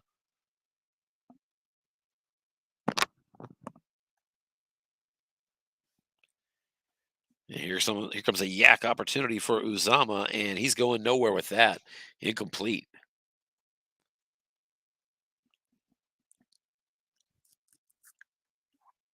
Second down and 10 now. 3:18 to go here in the first half.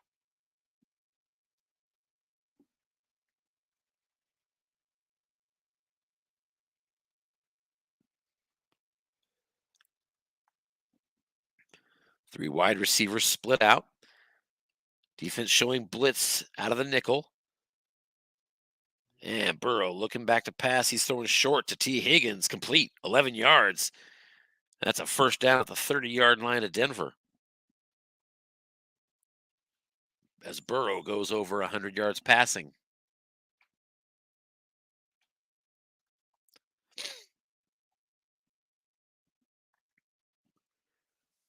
Right back to the 3 wide receiver formation. There's a little button hook to Joe Mixon. That's an empty zone. The flats were both doubled with 2 men apiece. Middle zone is empty. Result is receiver, and Joe Mixon, 13 yards and a first down into the red zone. And a 1st and 10 at the Denver 17-yard line.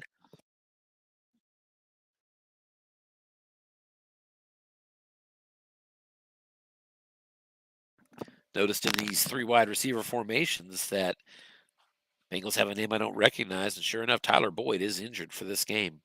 Among the 6 players that are currently out in this game for the Bengals, as well as 6 more for the Broncos. 1st and 10 at the 17 of Denver. Defense guesses run. Here's a short pass, though. Jamar Chase, incomplete. That went to the defensive card. You know if that's going to the offense. Mixon and Chase are probably going to complete that one, but it's 2nd and 10 as we reach the 2-minute warning. So 2 minutes to go here in the first half in Denver. Broncos holding on to a 7-point lead, 21-14. Bengals in the red zone, though. 2nd and 10 at the 17.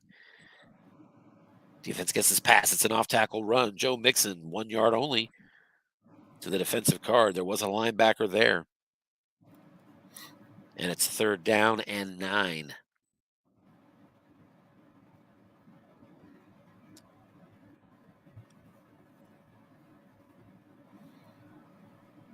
90 seconds left here in the first half. 3 wide receivers splitting out for the Bengals. Burrow in the shotgun. Nickel blitz coming here from Broncos.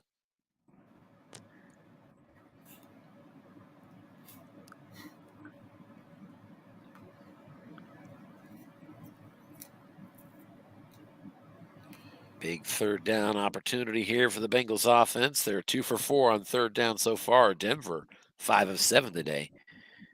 Here's a button hook pass. There's a linebacker in the zone. He's a 0. Mixon's the target.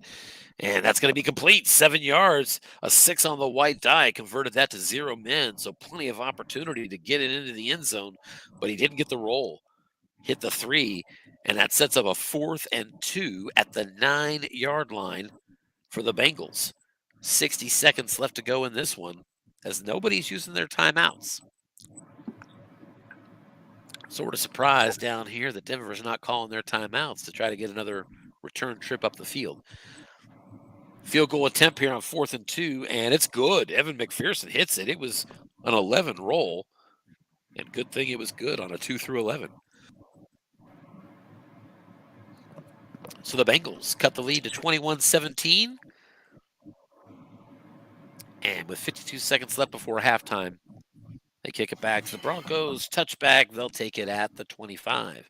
And we are going to look and see if we can't check on what's going on with the Raider game now. Super competitive game, Cincy and Denver. And, it's one of those things from a USFFL perspective. If you had to put a line on that game, it's close to a pick'em.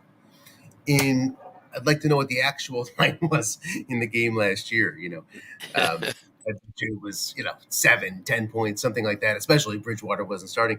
But this year, you look at those teams, how they line up. Oh, it's a coin toss. Yeah, that's why we have so many teams sitting there at 6-7, 7-6. Everybody's close. Such a disappointing loss for Denver last week to Detroit. Such an opportunity. Detroit is no pushover. Quality team, quality offense. So it wasn't a surprise or anything, but that was just, playing a team that's not top 10. You had a chance to really separate from the playoff pack and get in that wild card spot. So it makes today more of a must win against a tougher opponent. According to the Cards at least.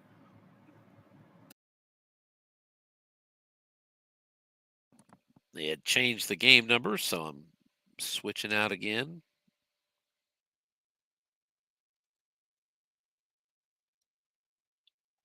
You're at the 257. Oh, heavens. There we go. Did I close both games? No, just the one.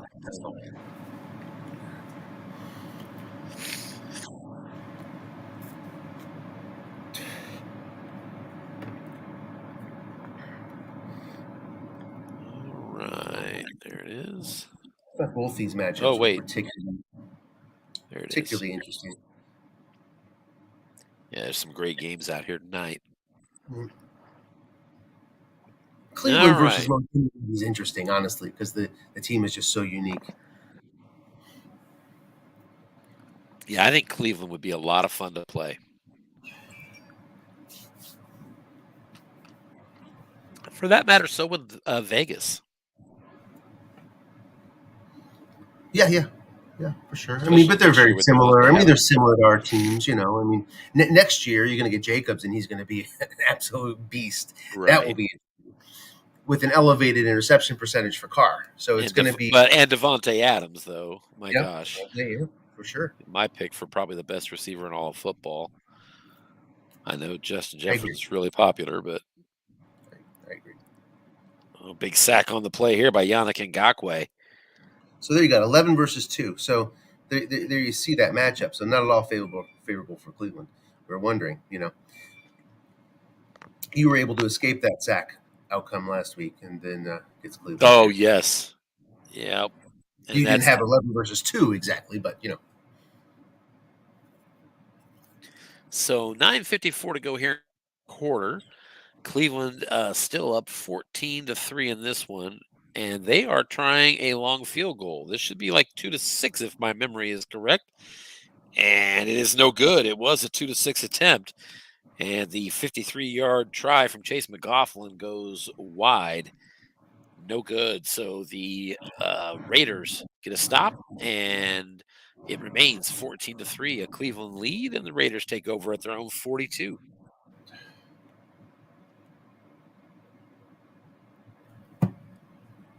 Raiders really struggling offensively.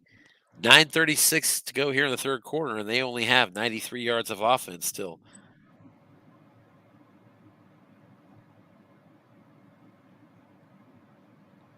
Seven-yard off tackle run to Josh Jacobs makes it second down and 3.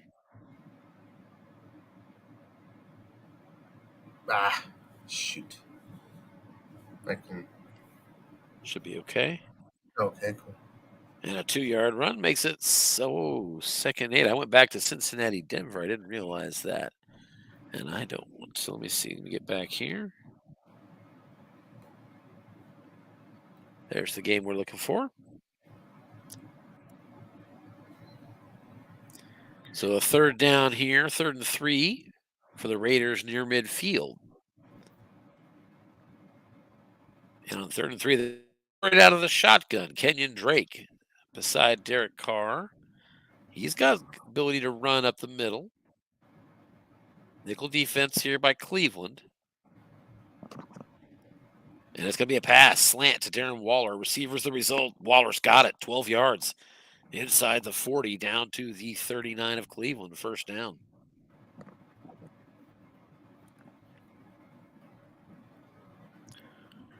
Waller tends to be targeted a lot in this offense. But that's just his first catch of the day. Off tackle Josh Jacobs, he pops a short gain on a 7, and that's a 17-yard run down to the 22-yard line. So seeing some running here from Vegas on first down. That's not usually their MO a lot of times, is it? It is not. It is not. But they have 30 passes for Derek Carr and just 3 runs so far for Josh Jacobs in this game. That is an insane ratio. And there's a nice run, 21-yard run all the way down to the 1-yard line for Josh Jacobs as he hits boxcars on his off tackle. It's sort of he's been pinned up this year. Nice to see him let out a little bit, going for a ride. Yeah, 10-1 run pass ratio before that play in this game. Wow. But sometimes that's what sets up. Now he's making a drive. He's set it up to where he wasn't expecting a run, and he's capitalized on it. First and goal now at the 1-yard line. Touchdown here changes the complexion of the game.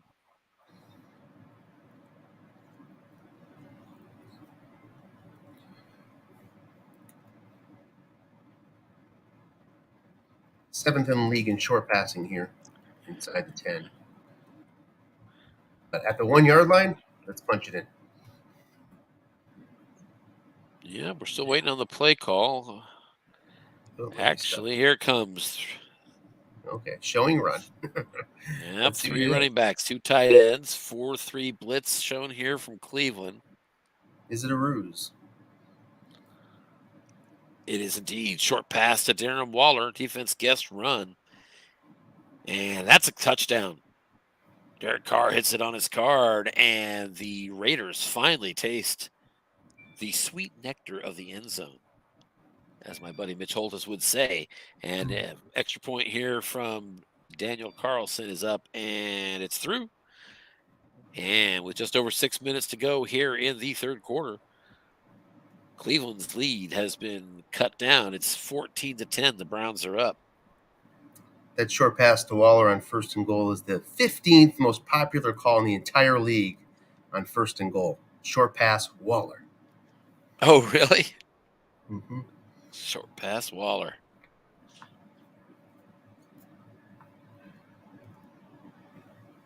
Dearness Johnson's coming out on this next drive. He'll open in the backfield, walking back formation.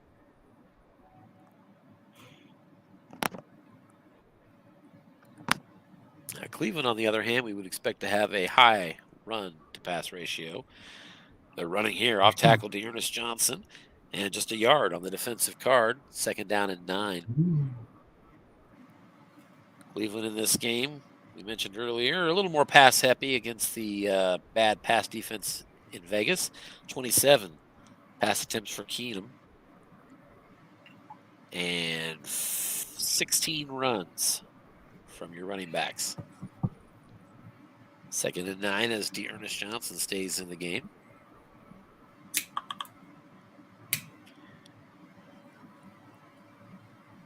Keenum's back to pass. It's a little flare out to the left. Tight end David Njoku. It's a yak opportunity. And Njoku does nothing with it. In fact, he loses a yard. 3rd down and 10.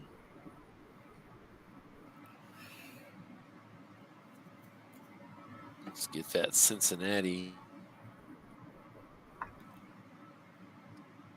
They have another game number. So want to get that one ready.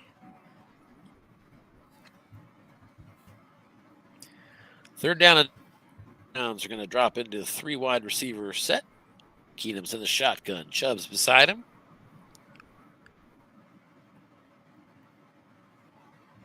Rashad Hagen's in the slot. Nickel defense for the Broncos. Or I'm so sorry, for the Raiders.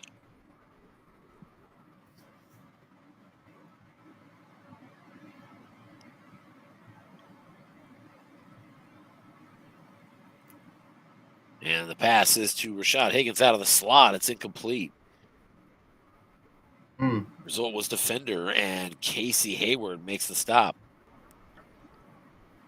5 on the white die, couldn't make the completion, and it sets up a punt. Find themselves in that 3rd and long. With those runners, they find themselves in 3rd and long a lot because they get guessed run so often. And a 53-yard punt goes deep. Cleveland was called for a face mask on the return, though, and Vegas comes out to their 34, 1st and 10.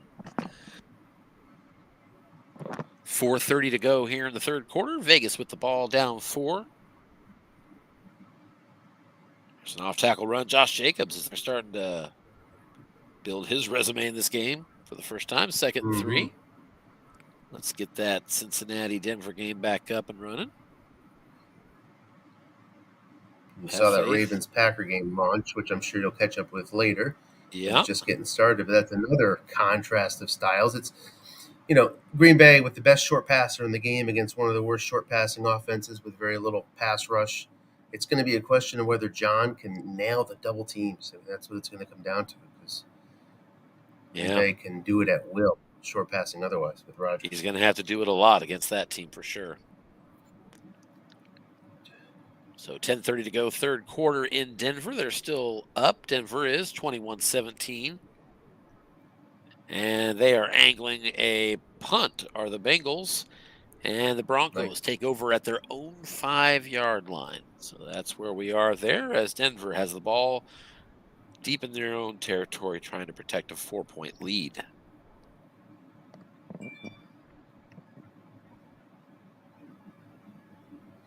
So it looks like we're doing a bit better managing a couple games at one time without drops than earlier in the year. That's good.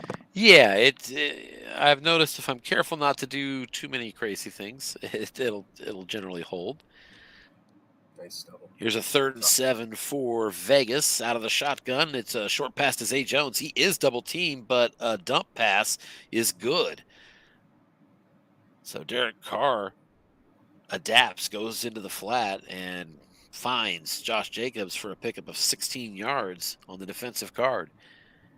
And that gets the Raiders across midfield. 1st and 10 at the Cleveland 47-yard line. Cleveland's held this lead for a long time here, but Raiders closing in. Incomplete in the flat, Hunter Renfrow. A split chance on the defensive card, incomplete, and it's 2nd and 10.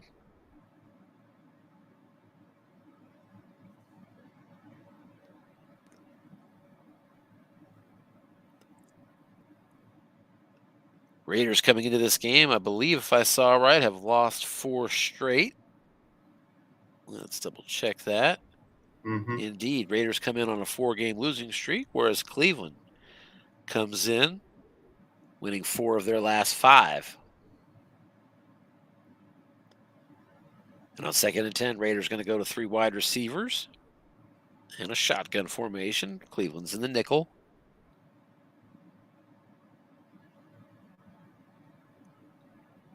Haven't checked in on Miami and the Jets yet. I probably should do that. Here's a screen pass. Kenyon Drake incomplete. Receiver result couldn't find his number. And the Raiders now 3rd and 10 behind the sticks.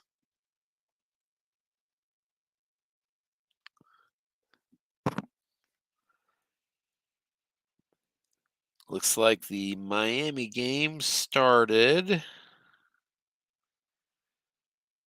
an hour before Bengals Broncos. Started at 7. And on 3rd and 10, 3 wide receivers, shotgun formation. Bryan Edwards in the slot for the Raiders. Drake is the tailback.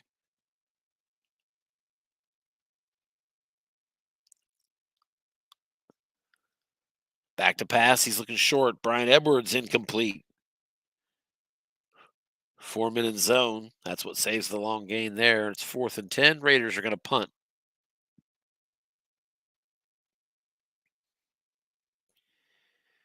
A.J. Cole looking to coffin corner this one, and he angles that out at the 11. Cleveland will take over there. 1:48 to go in the 3rd quarter. Cleveland up by 4, 14-10.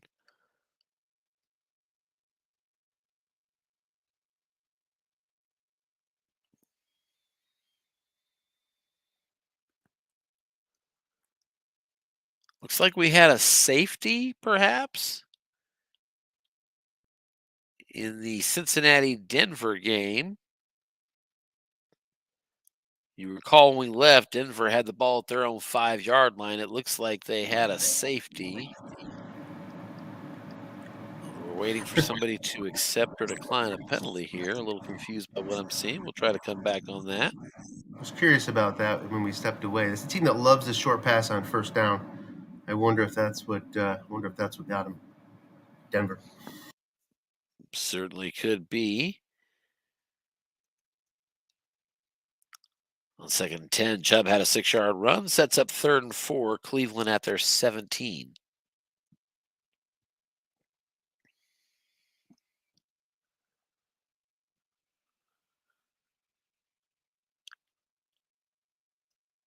Just making sure.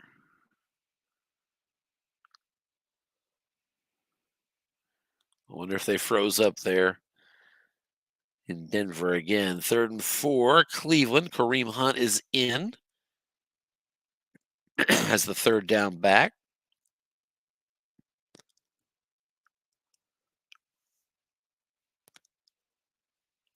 There's a little dump pass in the flat to Njoku again, the tight end. He's got an 8-yard pickup on the defensive card. 6 on the white dice. Converts that to 0 men and converts that 3rd down. Cleveland 1st and 10 at the 25.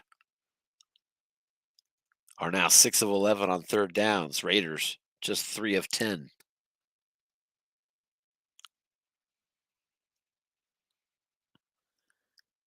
So I'm going to assume something's wrong with this other game.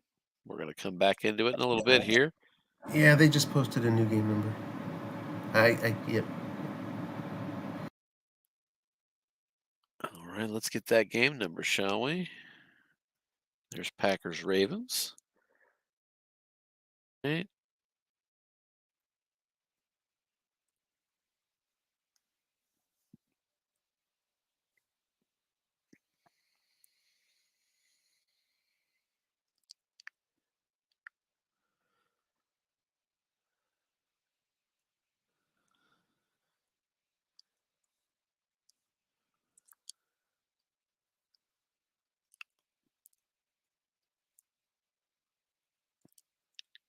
Maybe we'll come back in a second.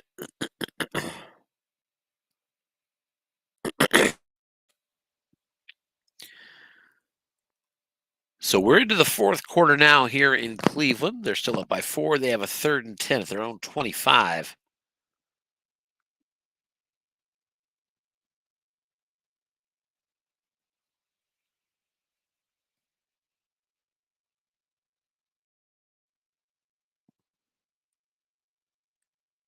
And back to pass, short to Jarvis Landry, 12 yards and a first down.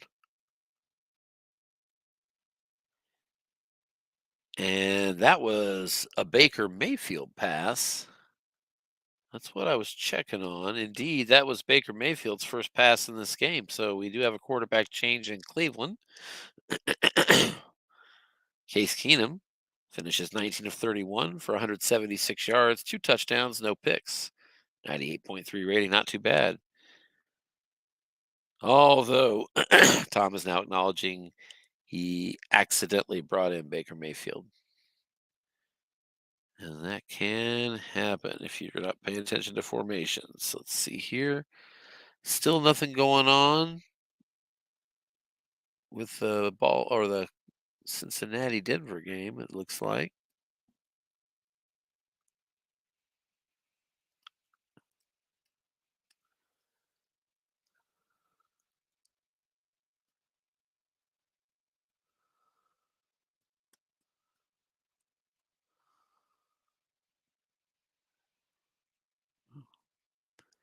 All right. So let's see what they do here. Case Keenum's back in. Yeah, Paul just says play on. I don't blame him. One play, it's not the end of the world.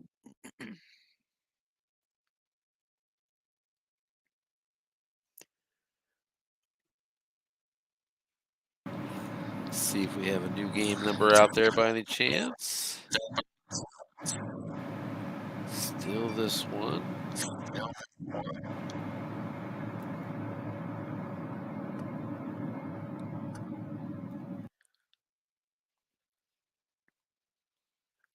Clear them from their own 37. Nick Chubb back into the game here.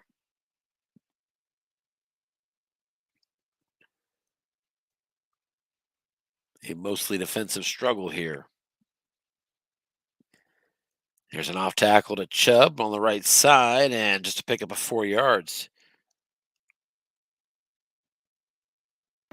Chubb now 61 yards rushing in this game. 2nd and 6, Cleveland at their own 41.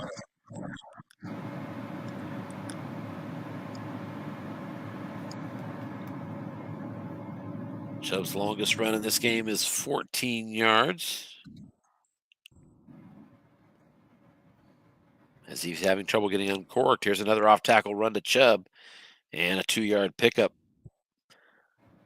Credit the defense for guessing run on that one. Sets up a 3rd down and 4 for Coach Tom Veltri and the Cleveland Browns.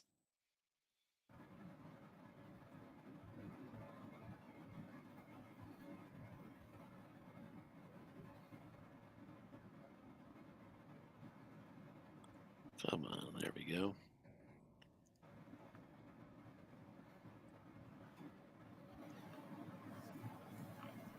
Third and 4, defense gets his pass. It's a pitch out to Chubb.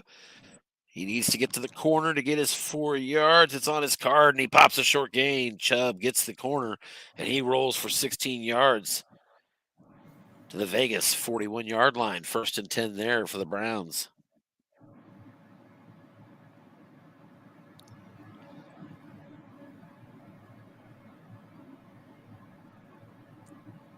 Let's see if that Cincinnati game is finally picked up.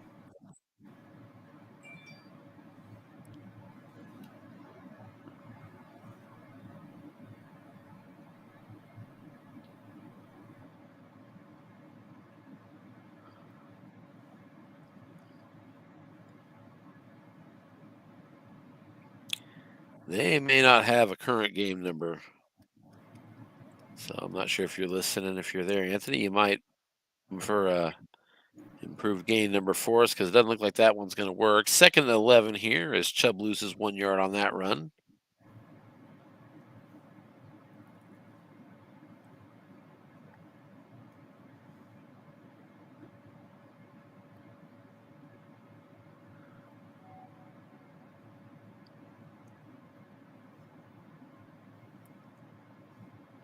Chubb again, this time for 5 yards, 3rd and 6. Chubb starting to stack up the carries, now 18 for 83 in this game. 11:42 to go here in the 4th quarter. Browns at the Vegas 37 with a 3rd and 6.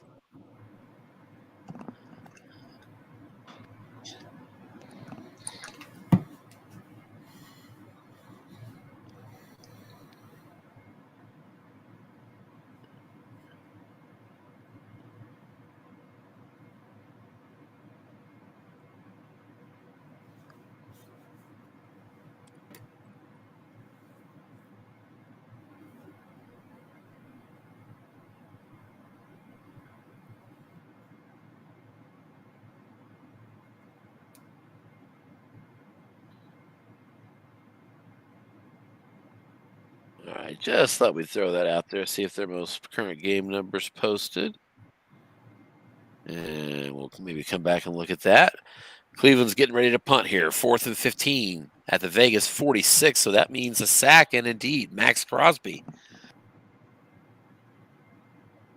So Max Crosby of the Raiders gets his second sack of the game, and a big one, as it knocked Cleveland out of field goal range and forced a punt that went into the end zone. And so, with 10:48 to go here in the fourth quarter, Raiders have the ball again, trailing by 4, 1st and 10 at their 20.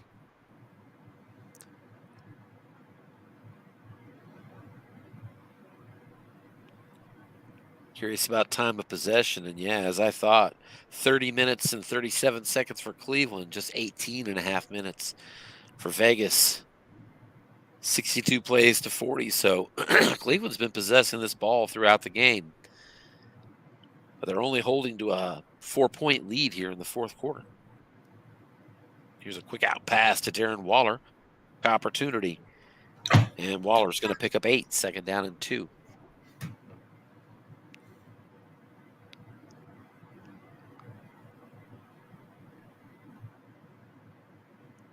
Cleveland has outgained Vegas 291 to 182 in this game.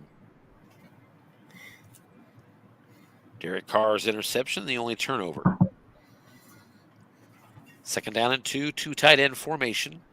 4-3 blitz shown here from Cleveland. It's a run up the middle to Josh Jacobs.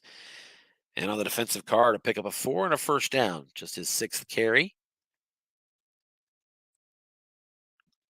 And the Raiders, 1st and 10 at their 32.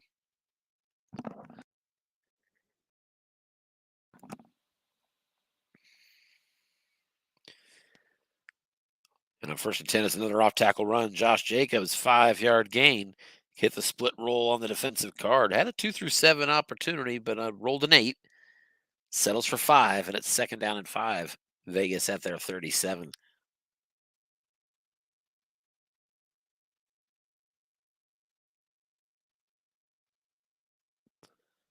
Another run up the middle for Josh Jacobs, 6 yards. There's a 1st down. Out to the 43. Under 9 minutes to go here. As Paul Conti appears to be saving his run game for the final act of this game. Jacobs now 8 carries, 67 yards rushing. Still in the 2 tight end formation. 4-3 blitz shown here from Cleveland. Defense guesses run, but it's a little dump pass out to the side. Renfro's got it, and that's 10 yards and a 1st down. Across midfield now at the Cleveland 47-yard line, 1st and 10.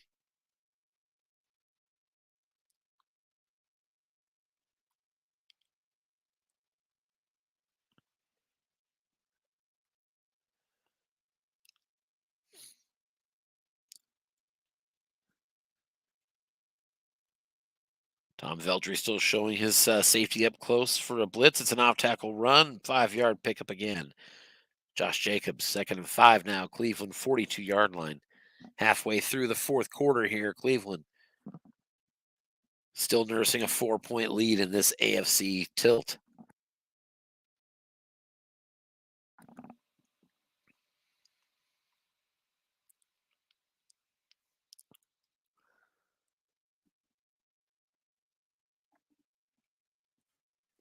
On 2nd and 5, 2 tight end formation. Another off tackle run, Josh Jacobs. And nothing doing as the defensive tackle makes the stop. Malik McDowell needed to be a 4, and he was. And that makes a critical stop. So 3rd and 5 at the Cleveland 42-yard line. Daniel Carlson, I believe, has some range on his leg.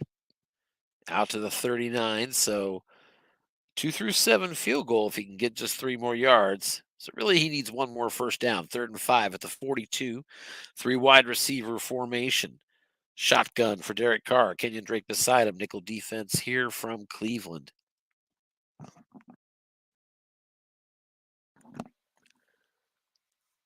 Big 3rd down for Vegas opportunity. Flat pass, Henry Ruggs, and that's going to be incomplete. Linebacker in zone, extra short gain, a 4 on the white die, and Vegas comes up empty.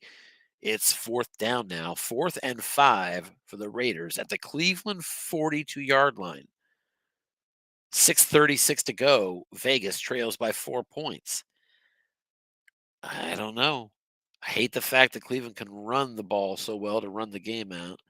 Plus, you got that bad pass defense. I'd be tempted to go for it, but that's a tough call. We'll see what Coach Paul Conti has in mind here. He's still thinking, and he is going for it. The offense comes out in the field. 3 wide receivers split out. Renfro and Ruggs with Brian Edwards in the slot. Drake is the tailback. Carr in the shotgun. Defense for the Browns out of the nickel. Raiders need 5 yards to keep this drive going.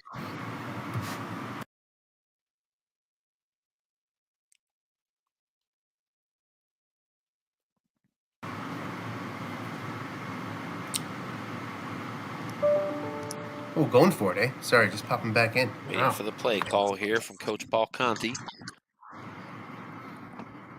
Defense gets his pass, doubles the flat, but it's a short pass. Darren Waller, the tight end, but he's flushed out of the pocket. Carr looking for a second target. He's looking for Henry Ruggs. Yak opportunity, +2. He needs 3 more yards. He doesn't get it. Brought down. Henry Ruggs cannot get the conversion. Tackle on the play by Malcolm Smith. And Cleveland takes over with 6:18 to go in this game. The Browns up 14-10, take over at their own 41-yard line. Big stop. And just so many ways to get it there. Paul's 31st in the league on going for it on 4th down, and 32nd last in the league in conversion percentage. But he didn't deserve going to get run, there. but back to pass and throwing short. Jarvis Landry incomplete though. That's Case Keenum on his card on wrong. And you saw that found an empty spot. 2nd and 10. Can you hear me, Tim? Hello, hello. Cleveland needs this win to retain their lead in the division. They come into this game 6-1. Raiders are 6-7. Blocking back formation for the Browns. Chubb in the eye.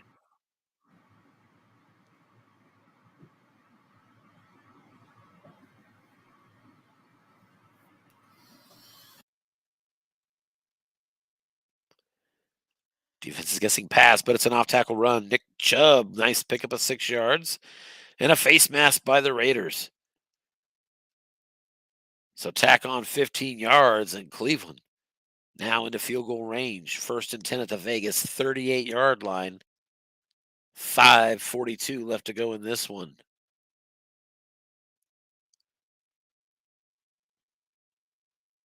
Raiders just their 4th penalty in this game for 35 yards. Blocking back formation on 1st and 10 at the 38. It's Kareem Hunt. They're guessing run, but it's a little dump pass out to the flat, and it's caught there by Njoku for 7 yards. David Njoku tied in with his 10th catch in this game. 10 catches, 63 yards, and a touchdown. Raiders need to start looking out for him as he's a favored target for Case Keenum. 2nd and 3. Browns at the Raiders 31-yard line. Raiders looking to hold them to a field goal here and stay within 7. Just over 5 minutes to go in this one. Both teams, all 3 timeouts. Kareem Hunt stays in the game for Cleveland. Offense operates out of the blocking back formation. Njoku's in front of Kareem Hunt. Short yardage defense by the Raiders. Off tackle. Kareem Hunt, just a pickup of 1. Good call by Coach Paul Conti. He gets the stop, and it's 3rd down and 2 at the Vegas 30-yard line. Big play call coming up here. 4.5 left to go in this one.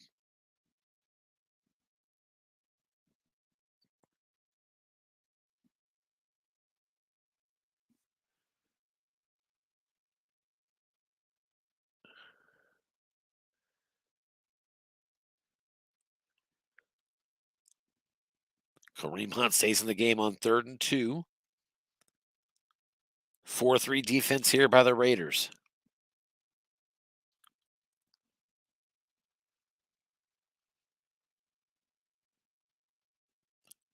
Coach Tom Veldry waiting to get that play call in. Short yardage defense again is the call, but it's a pass. Keenum back to pass to the tight end, Austin Hooper, and it's incomplete. Keenum rolls his interception split opportunity, which is just snake eyes, but it does set up an incompletion. So 4th down and 2 now for the Browns at the 30-yard line of the Raiders. From the 30, the field goal here is just a 2 through 6. So on 4th and 2, Cleveland's going to go for this. Can't blame them on a 2 through 6. That's a brutal field goal range. 4th and 2, blocking back formation. Kareem Hunt stays in as your tailback. Donovan Peoples-Jones and Jarvis Landry are split out wide. Raiders in the 4-3. Big 4th down opportunity here. Defense guesses pass. It is. Square and pass. Jarvis Landry on the defensive card. Receivers the result. Incomplete. And the Raiders with a big stop. So right after the Raiders fail on their 4th down conversion and turned it over to Cleveland, Cleveland drives into field goal range and returns the favor. And under 4 minutes to go in this one, 3:54 left. The score remains Cleveland 14, Las Vegas 10. And the Raiders take over now at their own 30-yard line. So drama coming up there. Denver and Cleveland doesn't look like there's a new number. I'll try Denver and Cincinnati, I meant. But I think that their number did not make our cut. Let's see. Um,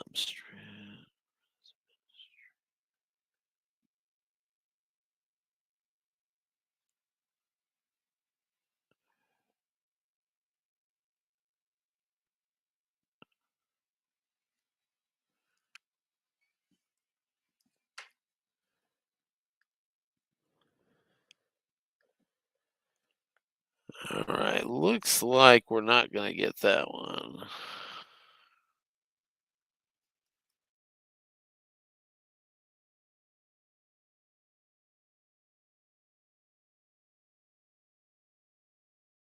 Let me know who won after.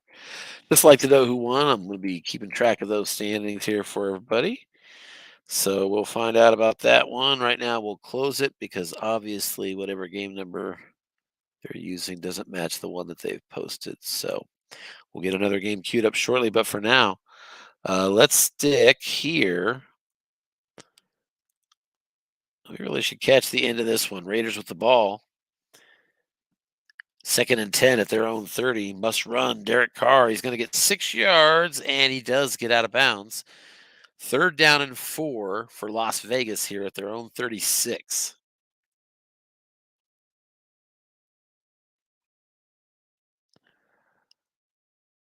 Let's see here. Scheduled games. I'll bet we could probably still catch Jets in Miami. We'll look at that one next. Here's a big 3rd down. 3rd and 4 for the Raiders. They're at their own 36. 3 minutes to go in this one. Receivers split out. Drake's the tailback. Carr out of the shotgun. Nickel defense here from Cleveland. And it might be 4-down territory. I think he would punt it if they don't get it here. But it's close. Vegas running out of time. They do have the only points here in the second half, cutting the score from 14-3 to 14-10. They've held Cleveland scoreless in the second half, but they still have work to do. Here's a hitch over the middle to Brian Edwards. Yak opportunity and nothing doing, incomplete. So the Raiders, indeed, cannot convert. Carr now 21 of 40 for just 141 yards. And it's now 4th and 4, Vegas at their own 36-yard line, 2:42 to go. They trail by 4. They have all 3 timeouts. I would think you're punting it, but we'll see. Last time I thought that, Paul went for it. And indeed, he's going for it here. Raiders 4th and 4 at their own 36. And this really just may be an all-in gamble. Let's see what happens. 3 wide receivers split out for the Raiders. Brian Edwards in the slot.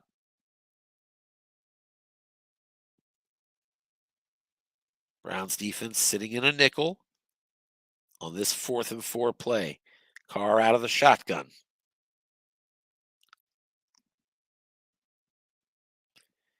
And he's back to pass. Defense guesses pass. Short pass. He's forced out of the pocket. He's running for the edge. Let's see if he gets to the marker. He does. First down and more. Carr gets 6 yards and gets out of bounds. And big first down there as Carr scrambles for it. 1st and 10 now. Vegas at their 42-yard line. 2:24 to go in this one. Field goal does them no good. Vegas is going to need to get to that end zone.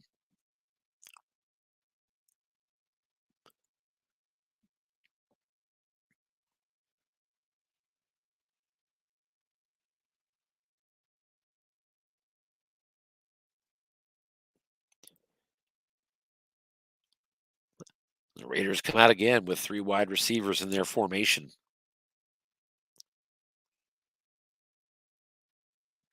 Raiders a 4-game losing streak. Back to pass, looking short to Darren Waller. Receiver opportunity. Waller's got it. 14 yards and a first down for Darren Waller. He's across midfield, and he gets out of bounds at the Cleveland 44-yard line. Clock stops at the 2:06 mark. Darren Waller actually had the fumble split opportunity. 1, 2, and 3 out of a 6 die. He did not fumble.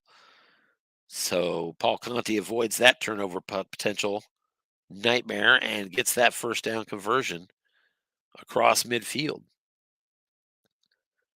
They've been across midfield several times. They've just not been able to convert. In fact, the difference in the game, 14 out of 14 points in the red zone for Cleveland, 10 out of 14 for Vegas, and that is the score in this game. Here's a slant pass, Darren Waller, complete again, 12 yards. Derek Carr on his own right column gets a 12-yard completion to Darren Waller, his 5th catch of the game. We've reached the 2-minute warning here in Cleveland. Cleveland up 14-10, but the Raiders are driving. 1st and 10 at the Cleveland 32-yard line.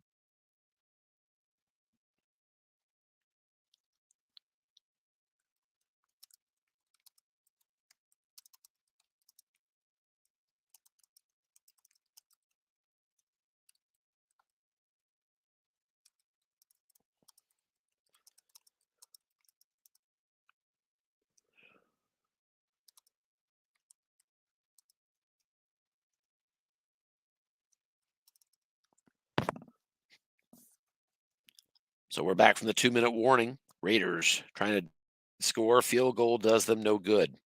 1st and 10 at the Cleveland 32. They've got 3 warriors split out. Out of the shotgun, Carr back to pass. He's targeting Renfro. It's incomplete. And 2nd and 10. Raiders at their 32-yard. Raiders at the Cleveland 32-yard line.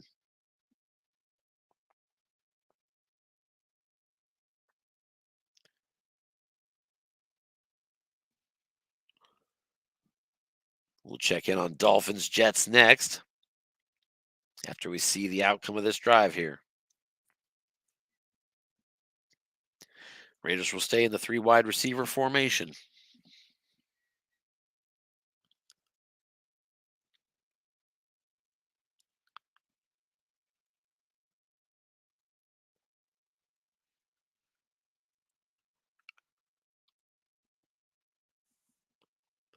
Browns out of the nickel. Carr back to pass again. He's going right back to Renfro, but he's forced out of the pocket. He's going to choose a little dump pass to Kenyon Drake, and he's got a 0-man in the zone, 13 yards and out of bounds. Good roll there for Paul Conti and his Raiders as they're into the red zone now. 1st and 10 Raiders at the 19-yard line of Cleveland. 1:45 to go in this one. And the defense just got a little easier for Cleveland as the free safety doesn't have to guard that deep zone. Plenty of time here. We got that gray area where tackle inbounds. Both teams have to think about a timeout. Really, Cleveland is the one that has to wonder about setting themselves up with some time to go back for a field goal should the Raiders get the TD. 2 tight ends here for the Raiders. Jacobs in the deep eye. Back to pass again, looking short. Darren Waller, it's complete. Hits into the end zone. Waller's going to take it all the way. He got the long gain on the short pass card with 3 men.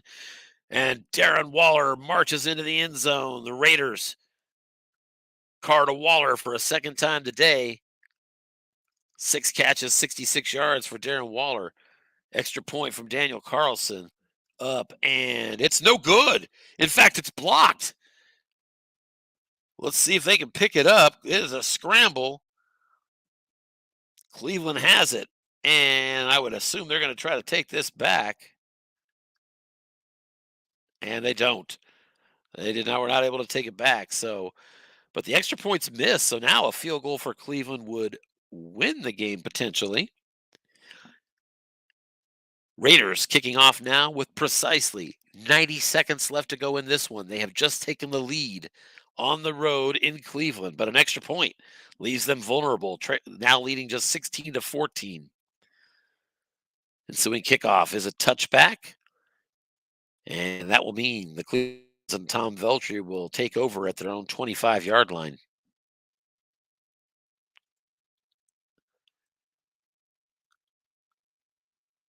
Got a blue circle here, praying that we did not just lock up at the worst moment of this game.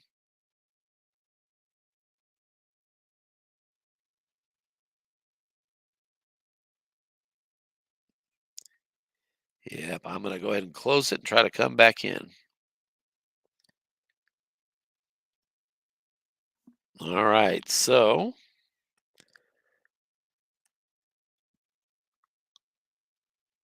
since I've already got this number ready to go, we're going to pull up the Miami game real quick.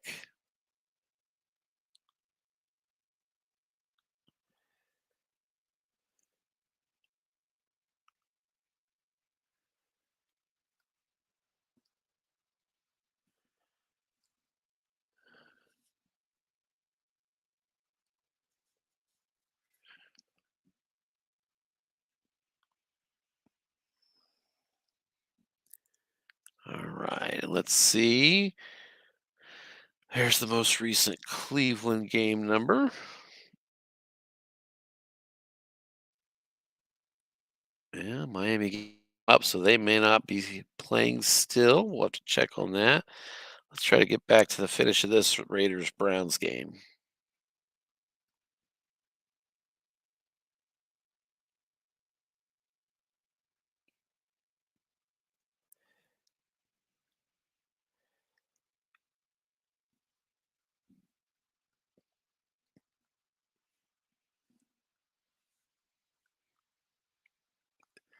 All right, looks like it's letting us in. Let's see where we're at.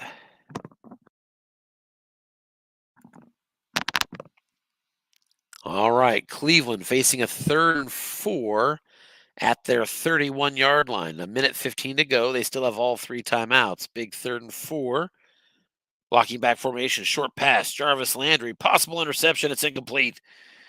And 60 seconds left in this one. 4th and 4 Cleveland at their own 31.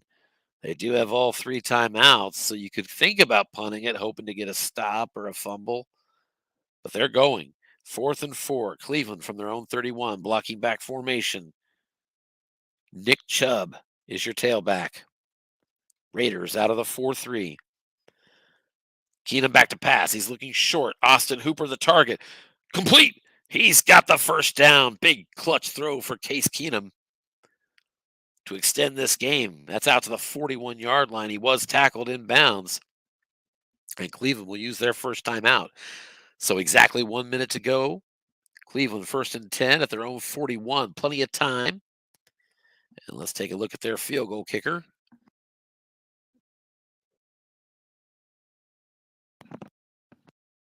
As a reminder, the good news is Chase McLaughlin has range all the way out to the 41-yard line. The bad news is if he wants a really good odd, he needs to get to the 22.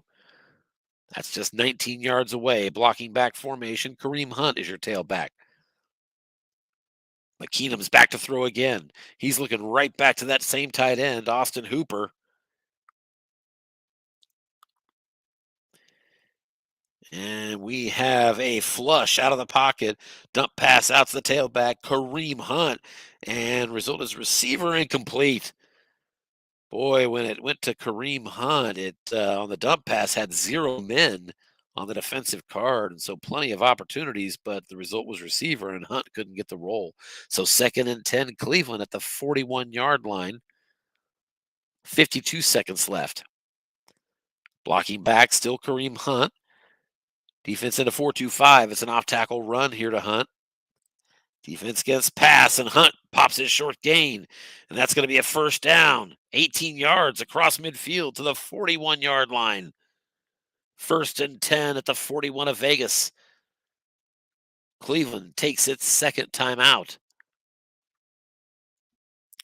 And from the 41-yard line, if he does not lose another yard, it is already a 2-6 opportunity to win the game for Chase McLaughlin. So you might expect a little bit of running here, although Cleveland has just 1 timeout. 45 seconds left. Blocking back formation. Nick Chubb comes back into the game as your tailback.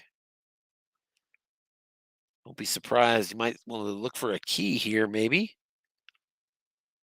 That'd be gutsy if he throws it, though. 4-3 defense from the Raiders. But throwing it risks a sack, too. He is throwing. Back to pass. Keenum firing it to Jarvis Landry, incomplete. It was another interception split roll.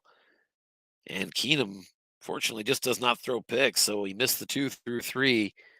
And 2nd and 10 now at the 41. 37 seconds left in this contest.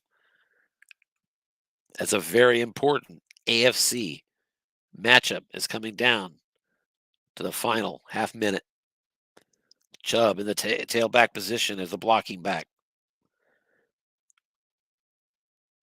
Here's an inside run and a pickup of 5 yards to Chubb. 6 on the white die, beats the right tackle. And we'll see if they use their last time out here. Hurry up offense could get you to 15 seconds or 30 seconds for the timeout. I think you got to call timeout. We'll see. 3rd and 5 at the 36. And it's a hurry up offense. So 3rd and 5 at the 36. 1 timeout left for Cleveland. 15 seconds on the clock. Cleveland trying to set up a game-winning field goal opportunity. From here, it is a 2-6 try. They really need, 10, 12 yards to get them to even a variable opportunity for a better field goal attempt. Chubb now 21 carries, 100 rushing yards in this game, 4.8 average. Blocking back formation, Chubb still is the tailback, 4-2-5 defense here from the Raiders.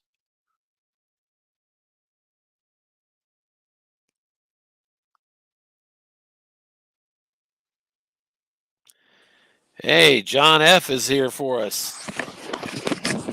Hey man, how you doing? Welcome to the stream. We've got a big 3rd and 5 here with 15 seconds left in the game. Let's make sure I'm still on screen. I am not. Now I am. There we go. Here's a slant to Austin Hooper, and he's got it again. Case Keenum red hot down the stretch. Hits Austin Hooper again. His 4th catch in this game and his 2nd on this drive. That's a 1st and 10 at the Vegas 24-yard line. Now, the problem is that's still, you're going to need a variable range, even if you spike it. So you have to call timeout here or spike it. Timeout leaves 8 seconds. And they're just going to spike it. Let the clock run to 1 second. So here comes the winning field goal attempt from the 24-yard line for Cleveland. A variable would help him. He doesn't get it. 2-6. It's good. Cleveland doesn't get the variable boost, but does get the last second field goal. And they're going to slip by at home here against the Raiders. Final score, 17-16. One moment as I invite the coaches to join.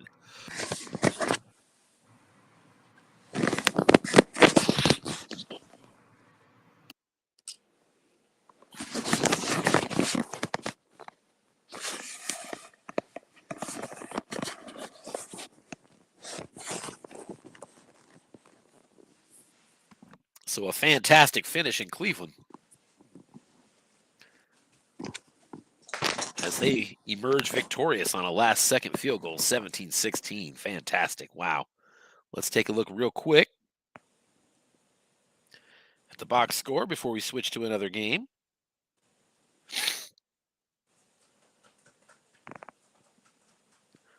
Max Crosby, a couple sacks in this one. Nick Chubb got to 100 yards rushing, as we saw. About 200 yards passing for both quarterbacks, who were both sitting around 50, 55, 54%. 10 catches for David Njoku and 6 for Darren Waller as the tight ends led the way. Cleveland had the time of possession throughout, had the lead for most of the game, but they ended up giving it up in the late fourth quarter, only to set up a last-second drive and a field goal on the final play. That's it from Cleveland. 17-16 your final. Browns emerge victorious and retain the lead in the AFC North Division. Let's go ahead and see about the next game we want to look at here. And let's check in on Packers-Ravens, of course. Boy, I'd love to know what happened with Denver-Cincinnati, but I don't think they gave us a new game number. So let's go ahead with this Packers game.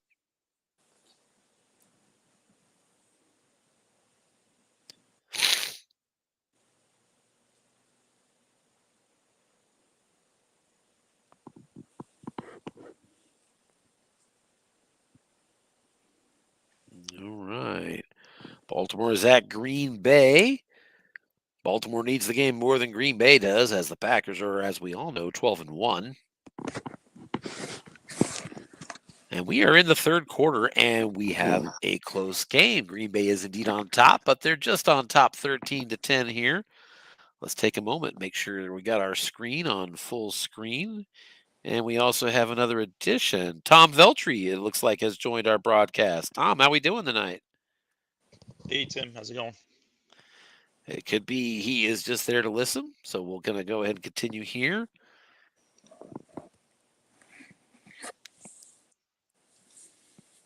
Little dump pass to Valdez-Scantling. Pick up a 5 yards, and the Packers have a 2nd and 5. They're at the Ravens' 32-yard line. Up points driving for more.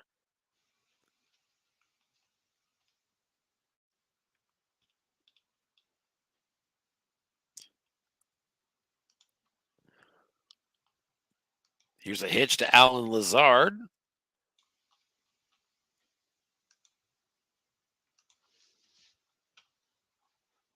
And he got nice 10-yard pickup. 5 on the white die. Beats the linebacker on linebacker in zone. And it's 1st and 10 Packers now at the 22-yard line. Packers took a 10-0 lead in the first quarter. At the 4.5-minute mark, when Mercedes Lewis caught a touchdown pass from Aaron Rodgers to go up 10-0. Devontae Freeman, before the first quarter ended, came back with a little run. Made it a 10-7 game. Justin Tucker ties it up on a field goal at the 5:42 mark, and then just before halftime, Mason Crosby puts the Packers back up on top 13-10, and that's where we stood at halftime. 13-yard pass on that last play. Rodgers to Devontae Adams, his 5th catch, and it's 1st and goal Packers at the 9-yard line. Hey, can you hear me, Tim? We mentioned the Packers come in 12-1. The Ravens come in 6-7. And they're going to need this win to stay within a half game of the division-leading Browns, who just completed a victory over the Raiders. Here's a pitch out on 1st and goal and a 3-yard loss. It's the Ravens with a linebacker in zone bring down A.J. Dillon. There is a penalty for holding, so wipe away the 3-yard loss, back him up 10. It's 1st and goal at the 19-yard line now for the Packers.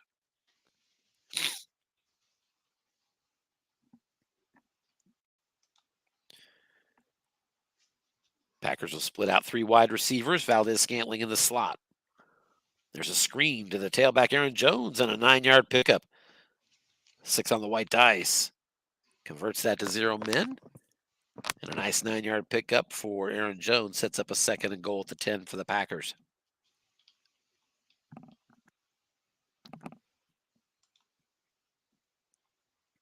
Back to pass Rodgers. Alan Lazard, the target incomplete. And it sets up 3rd and goal at the 10.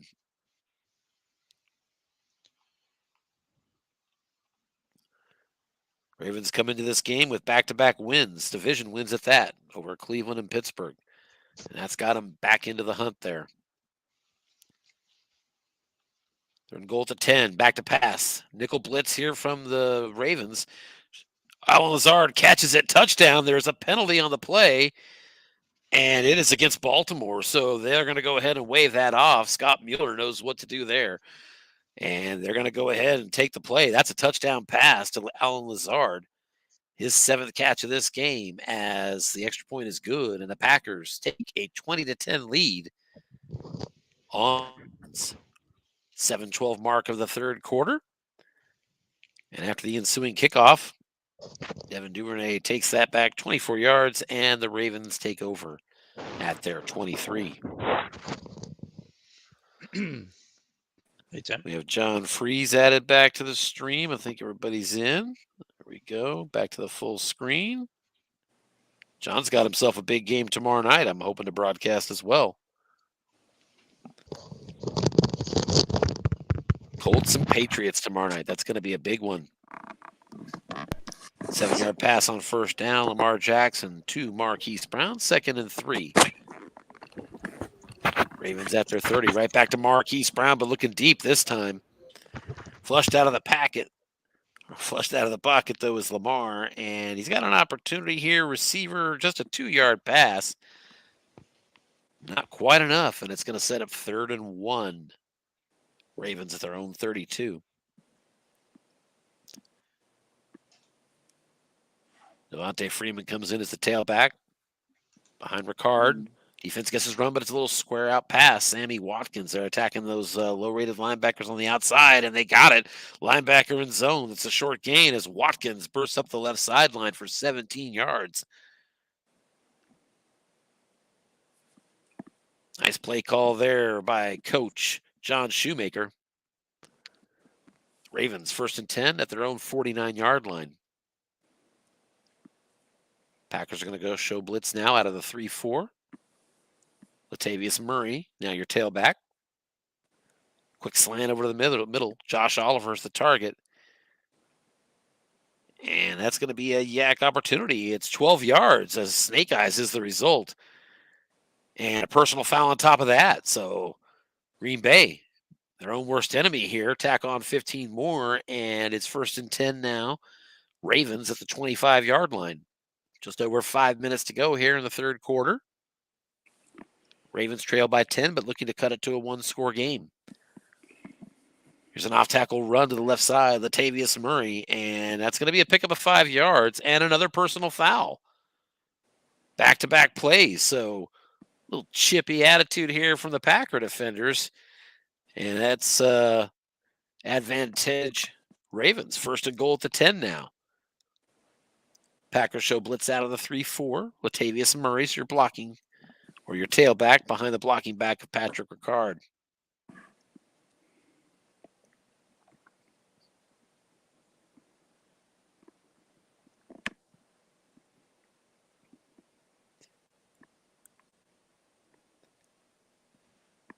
Here's another square out to Sammy Watkins to the only flat zone with 1 man in it, and it's a 5-yard pickup. So we're stacked with double linebackers. But Coach, the other flat, and on 1 man on the defensive card got +5. So a good call. And it sets up 2nd and goal at the 5. Defense calls run, short pass. Mark Andrews, touchdown, Ravens. Lamar Jackson hits him over the middle. 5th catch in the game for Andrews, and Lamar Jackson now 17 of 23 for 135 and a tutty. Extra point is good by Justin Tucker, and with 3:54 to go here in the 3rd quarter from Baltimore, Ravens have cut it to a 3-point lead, 20-17. And here's the ensuing kickoff, taken at the 1, and he's brought down fast. Exactly what the Ravens need. Good kick coverage. And the Packers, Amari Rodgers is brought down at the 12. So 1st and 10, Packers at their own 12-yard line, protecting a 3-point lead. Trying to think if there's any other games currently being played. I don't see any other game numbers, so this is probably the last game of the night. Incomplete pass for Rodgers on a screen attempt, and it's 2nd and 10.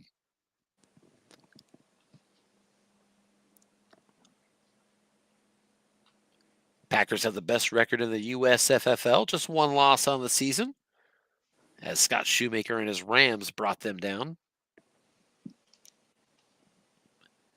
3 wide receivers split out here. Valdez-Scantling in the slot. Adams and Lazard are split out. He's targeting short pass from Aaron Rodgers, incomplete. Went to the defensive card and found a rare empty spot. So 3rd down and 10 now.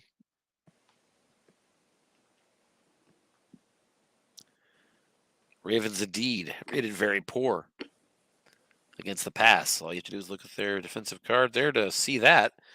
But they survived that roll. 3rd and 10. Back to pass. Short pass. Mercedes Lewis, incomplete.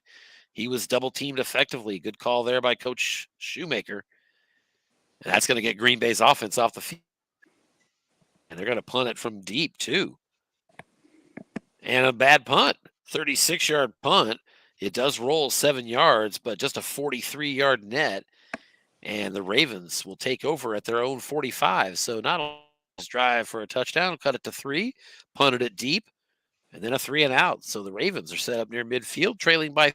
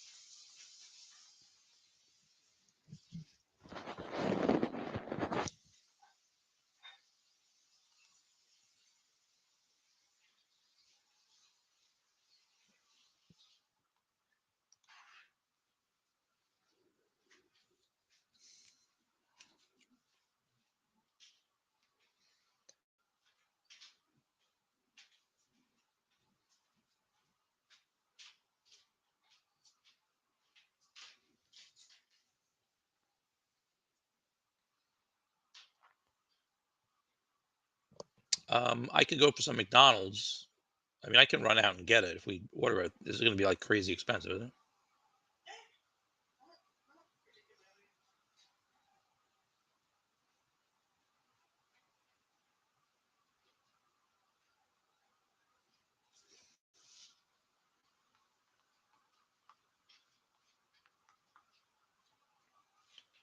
It would appear that Arby's does also deliver if you are willing to do Arby's. I can also go for McDonald's if that's what your heart is. Well, I know what to get at McDonald's. Arby's, I haven't had in years. Fair enough.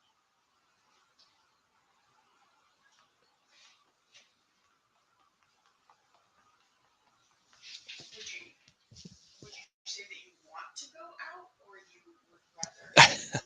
Well, if it's not stupid expensive, just get it delivered.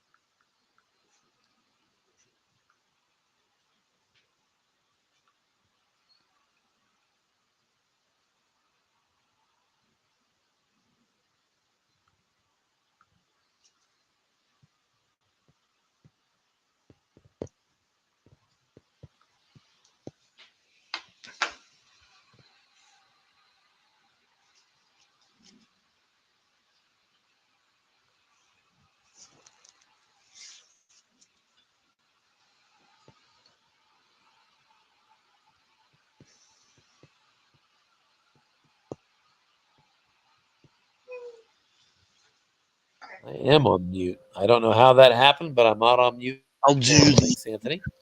Big Mac meal with a Sprite.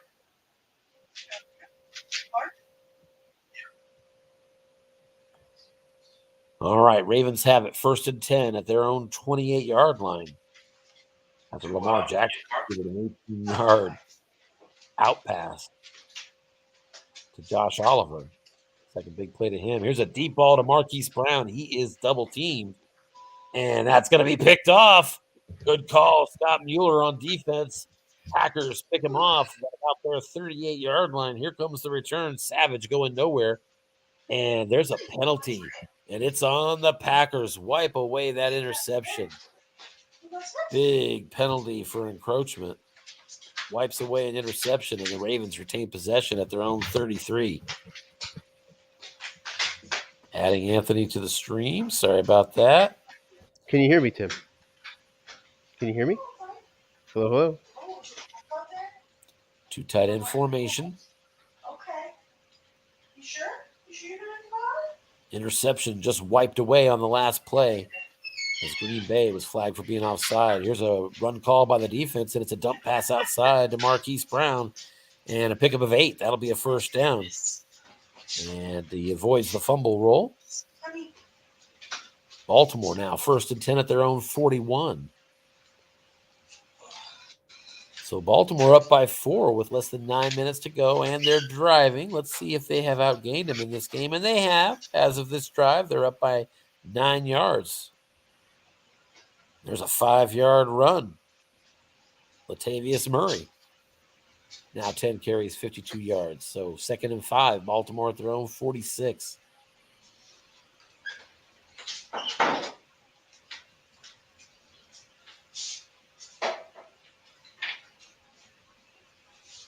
Defense gets his run, and it's Lamar Jackson. They sniffed that out in a 3-yard loss. Green Bay calls run at the right time and brings down Lamar Jackson. Preston Smith on the tackle sets up 3rd and 8 Ravens at their own 43. So big play here with 7:48 to go as they're trying to get across midfield. 3rd and 8. 3 wide receiver formation, pistol. And it's going to be a pass. Nickel blitz down and out to Devontae Freeman. The tailback is incomplete. Could not bring it in. Incomplete on the defensive card. And the Ravens will have to punt here at the halfway point of the 4th quarter. Yeah, it's a nice 45-yard punt down to the 12, fielded there by Amari Rogers. Just a pickup of 1, so good field position again set up by the Baltimore special teams. Packers trail 24-20. They have it 1st and 10 at their own 13-yard line. 7:12 to go. Defense gets his run, but it's a deep ball. And incomplete. Wow. Aaron Rodgers had long pass wrong to Davante Adams.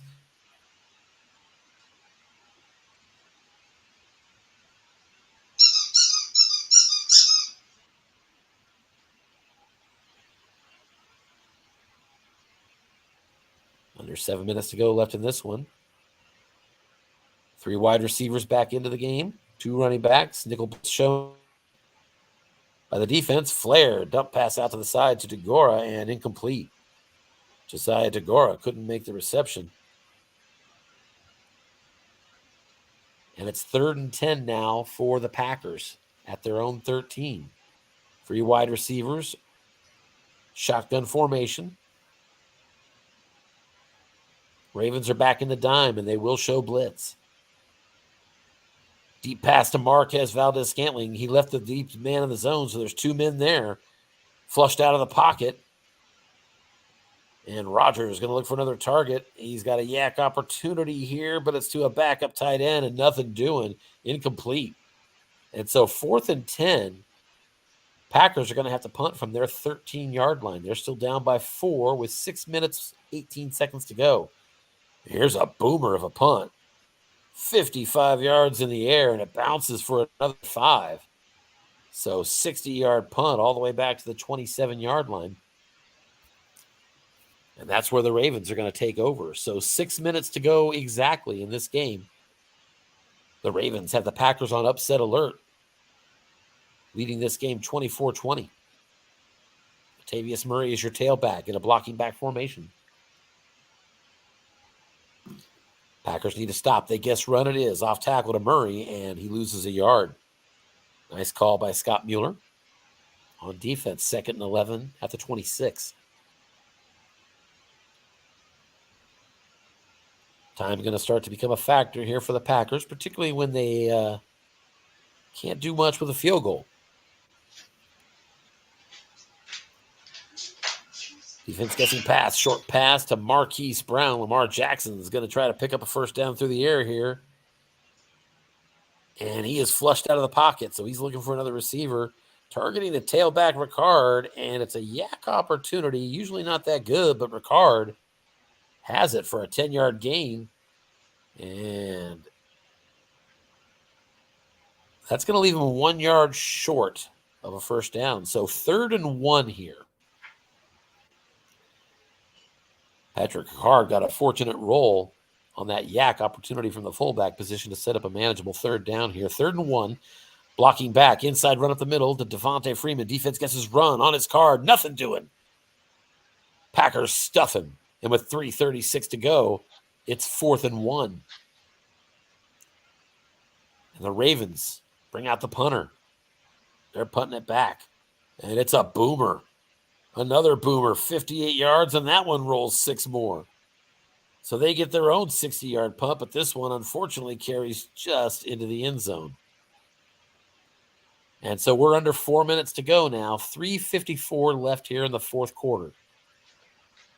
12-1 Packers on the ropes, trailing by 4 here in Baltimore. They have the ball at the 20. They'll split out 3 wide receivers. Alan Lazard in the slot. Nickel defense here from the Ravens.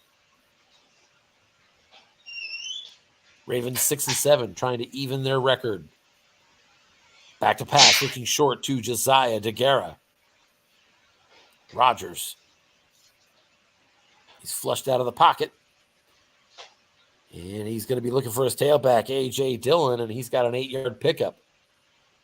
2nd down and 2. Now 3:18 to go in this game. Both teams all 3 timeouts.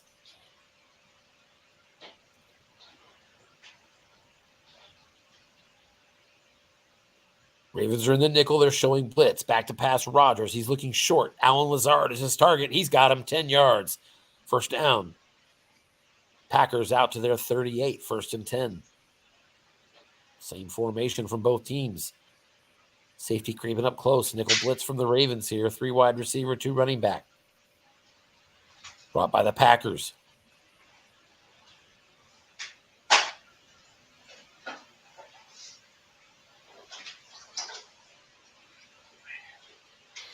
Defense gets his pass, but it's a run off tackle, and he loses 2 yards. 2 linebackers in zone is where the credit was after it all. Did you put the order for me? That's Did it say how 2nd long? and 12 back at the 36. Clock runs down to 2:06 left in this game. 3 wide receivers now for the Packers. Nickel blitz shown here from the Ravens.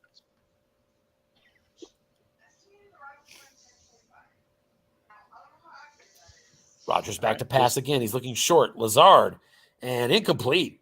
He actually rolled the interception split, which is all the way down on double sixes. They missed the interception, but it's 3rd and 12 now. So we have reached the 2-minute warning here in Baltimore. Packers trail by 4 on the road. They have the ball. They're 3rd and 12 at their own 36. And they may have to go for this. And we'll see if they want to try to get the first down or get a little yardage to set up a better 4th down here. Because it's 3rd and 12. 3 wide receivers. Halfback is A.J. Dillon. Rodgers in the shotgun. Dime defense from the Packers. They're showing blitz.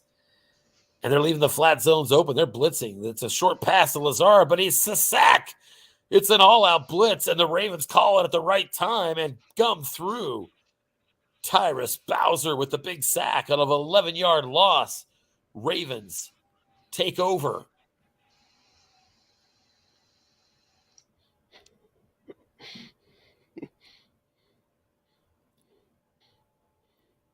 And actually, I said Ravens take over, but actually it's 4th and 23. So let's see.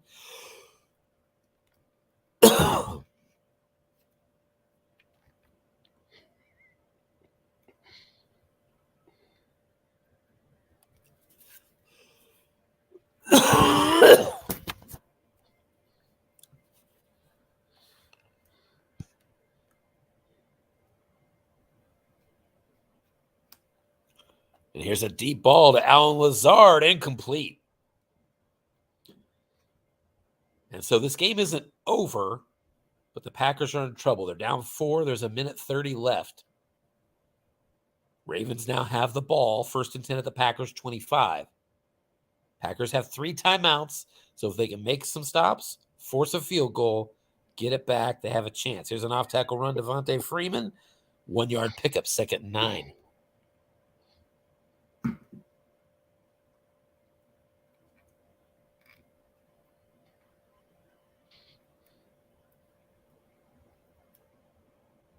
Off-tackle run, Devontae Freeman. No gain, 3rd and 9. Packers use their 2nd timeout.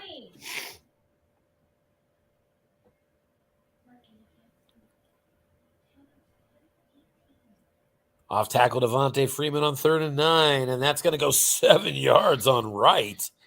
It's not enough for a first down. Packers use their last timeout. 1:07 left. Ravens up 24-20. Marky my poo. Get in bed. Ravens have Close a your 4th and eyes. 2 Count sugar at the plums. Packers 17. It's got to be tempting to go You for know this. how. First down ends the game. And they are going to go for it because a field goal won't help the Packers. So up 4, try to win, try to finish it. Blocking back formation. Oh, Freeman's that's your cool. tailback. 3-4 blitz shown by the Packers. Short yardage defense, but they're passing. Little quick in pass, incomplete. There is a penalty. Doing what? And it's an offsetting penalty, so wipe out the incompletion. 4th Where? and 2 again. Why, Jim? Oh. Packers need a stop here on this 4th down conversion to stay alive. Freeman's the tailback. Short yardage defense, off tackle to Freeman, and nothing doing. So the Packers make the stop. They take over. Packers have the ball, trailing by 4. 52 seconds left in the game. They have no timeouts. 1st and 10 at their 17. Ravens, naturally, dropping back into a dime. 3 wide receivers split out here for the Packers. Rodgers out of the shotgun. And right away, looking deep to Allen Lazard. 2 men in zone. Flushed out of the pocket is Rodgers. He's going to have to pick another receiver. And there's a nice pickup. 10 yards, first down. Doesn't get out of bounds, though. He spikes of the ball. Second down after the spike, 37 seconds left. Green Bay at the 27-yard line. So Green Bay still needing 73 yards for a miracle finish. Ravens in the dime. Little sideline pass to Davante Adams. And that's 4 yards.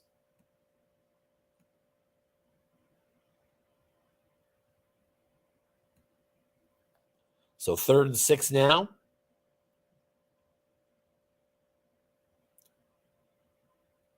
$30 seconds left. I assume the Ravens might leave 2 men in the deep zone again. They do. Short pass to Davante Adams, 11 yards. That's complete. And he's out of bounds at the 42-yard line of Green Bay. So 15 seconds left. Rodgers now 26 of 52 in this game. Still back in the dime. There's the deep ball, Davante Adams, and 2 men in zone, picked off. That's going to seal it here as Tavon Young steps in front of it. And the Ravens have taken over possession with 8 seconds left. Lamar Jackson's going to take a knee. And that's going to do it.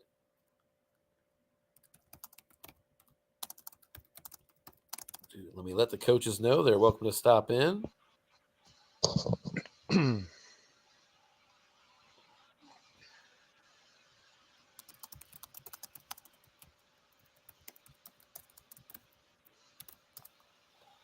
Your final score from Baltimore, the Ravens pull off an upset and beat the 12-1 Green Bay Packers.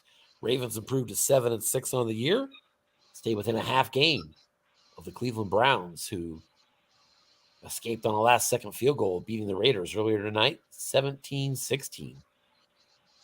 Thanks to the missed extra point by the Raiders, as a matter of fact, now that I remember that. So we'll keep an eye. If anybody else shows up, give them just a second. See if they want to come in for a debrief. While we do that, let's take a look at the box score. Got to give John Shoemaker and the Ravens credit. This Packers team is just tough. But they hung in there. 19 first downs apiece, 315 yards to 312. Only turnover was on Aaron Rodgers, that last play of the game. So pretty much, turnover-free football. Green Bay had more penalties, 7 for 60 instead of 3 for 25. And not very balanced by the Packers in this one. Of course, the Ravens have that really bad pass defense, so I understand the 54 pass attempts. But, yeah, just 11 runs there in that one. Doesn't look like we have any coaches showing up yet, so we'll look to wrap this up briefly. And we'll close it if the coaches aren't here in a second. So the Ravens improved to 7-6. Let's take a look at that division here. AFC North, you can see right there. Cleveland's going to go to 7-6-1 after their win tonight. Ravens will go to 7-7, half game behind. The Bengals played the Broncos, and last I saw tonight, the Bengals were losing that game 21-19 after a safety. And I have not seen what happened there, so we're waiting to find out about that. Packers, on the other hand, as you can see, at 12-1, 12-2, opens them up to maybe losing the 1 seed, but they also beat the Seahawks head-to-head, I believe. We can double-check that right now by looking here. Green Bay. And, yes, they beat the Seahawks earlier. So, still, if the Seahawks want a dream, they can win this week and then gain another game, and they would be in position. So, looks like that's going to do it here. We're going to go ahead and close it out. Your finals tonight, let's see. We had the ones that we know. We had the Cleveland Browns beating the Raiders 17-16 on the final play of the game, a field goal to win it. We had the Packers getting upset by the Baltimore Ravens 24-20. We also had the New York Giants pulling a slight upset against the Dallas Cowboys. 20-14 was your final there, as the Giants take over first place in the USFFL's NFC Eastern Division.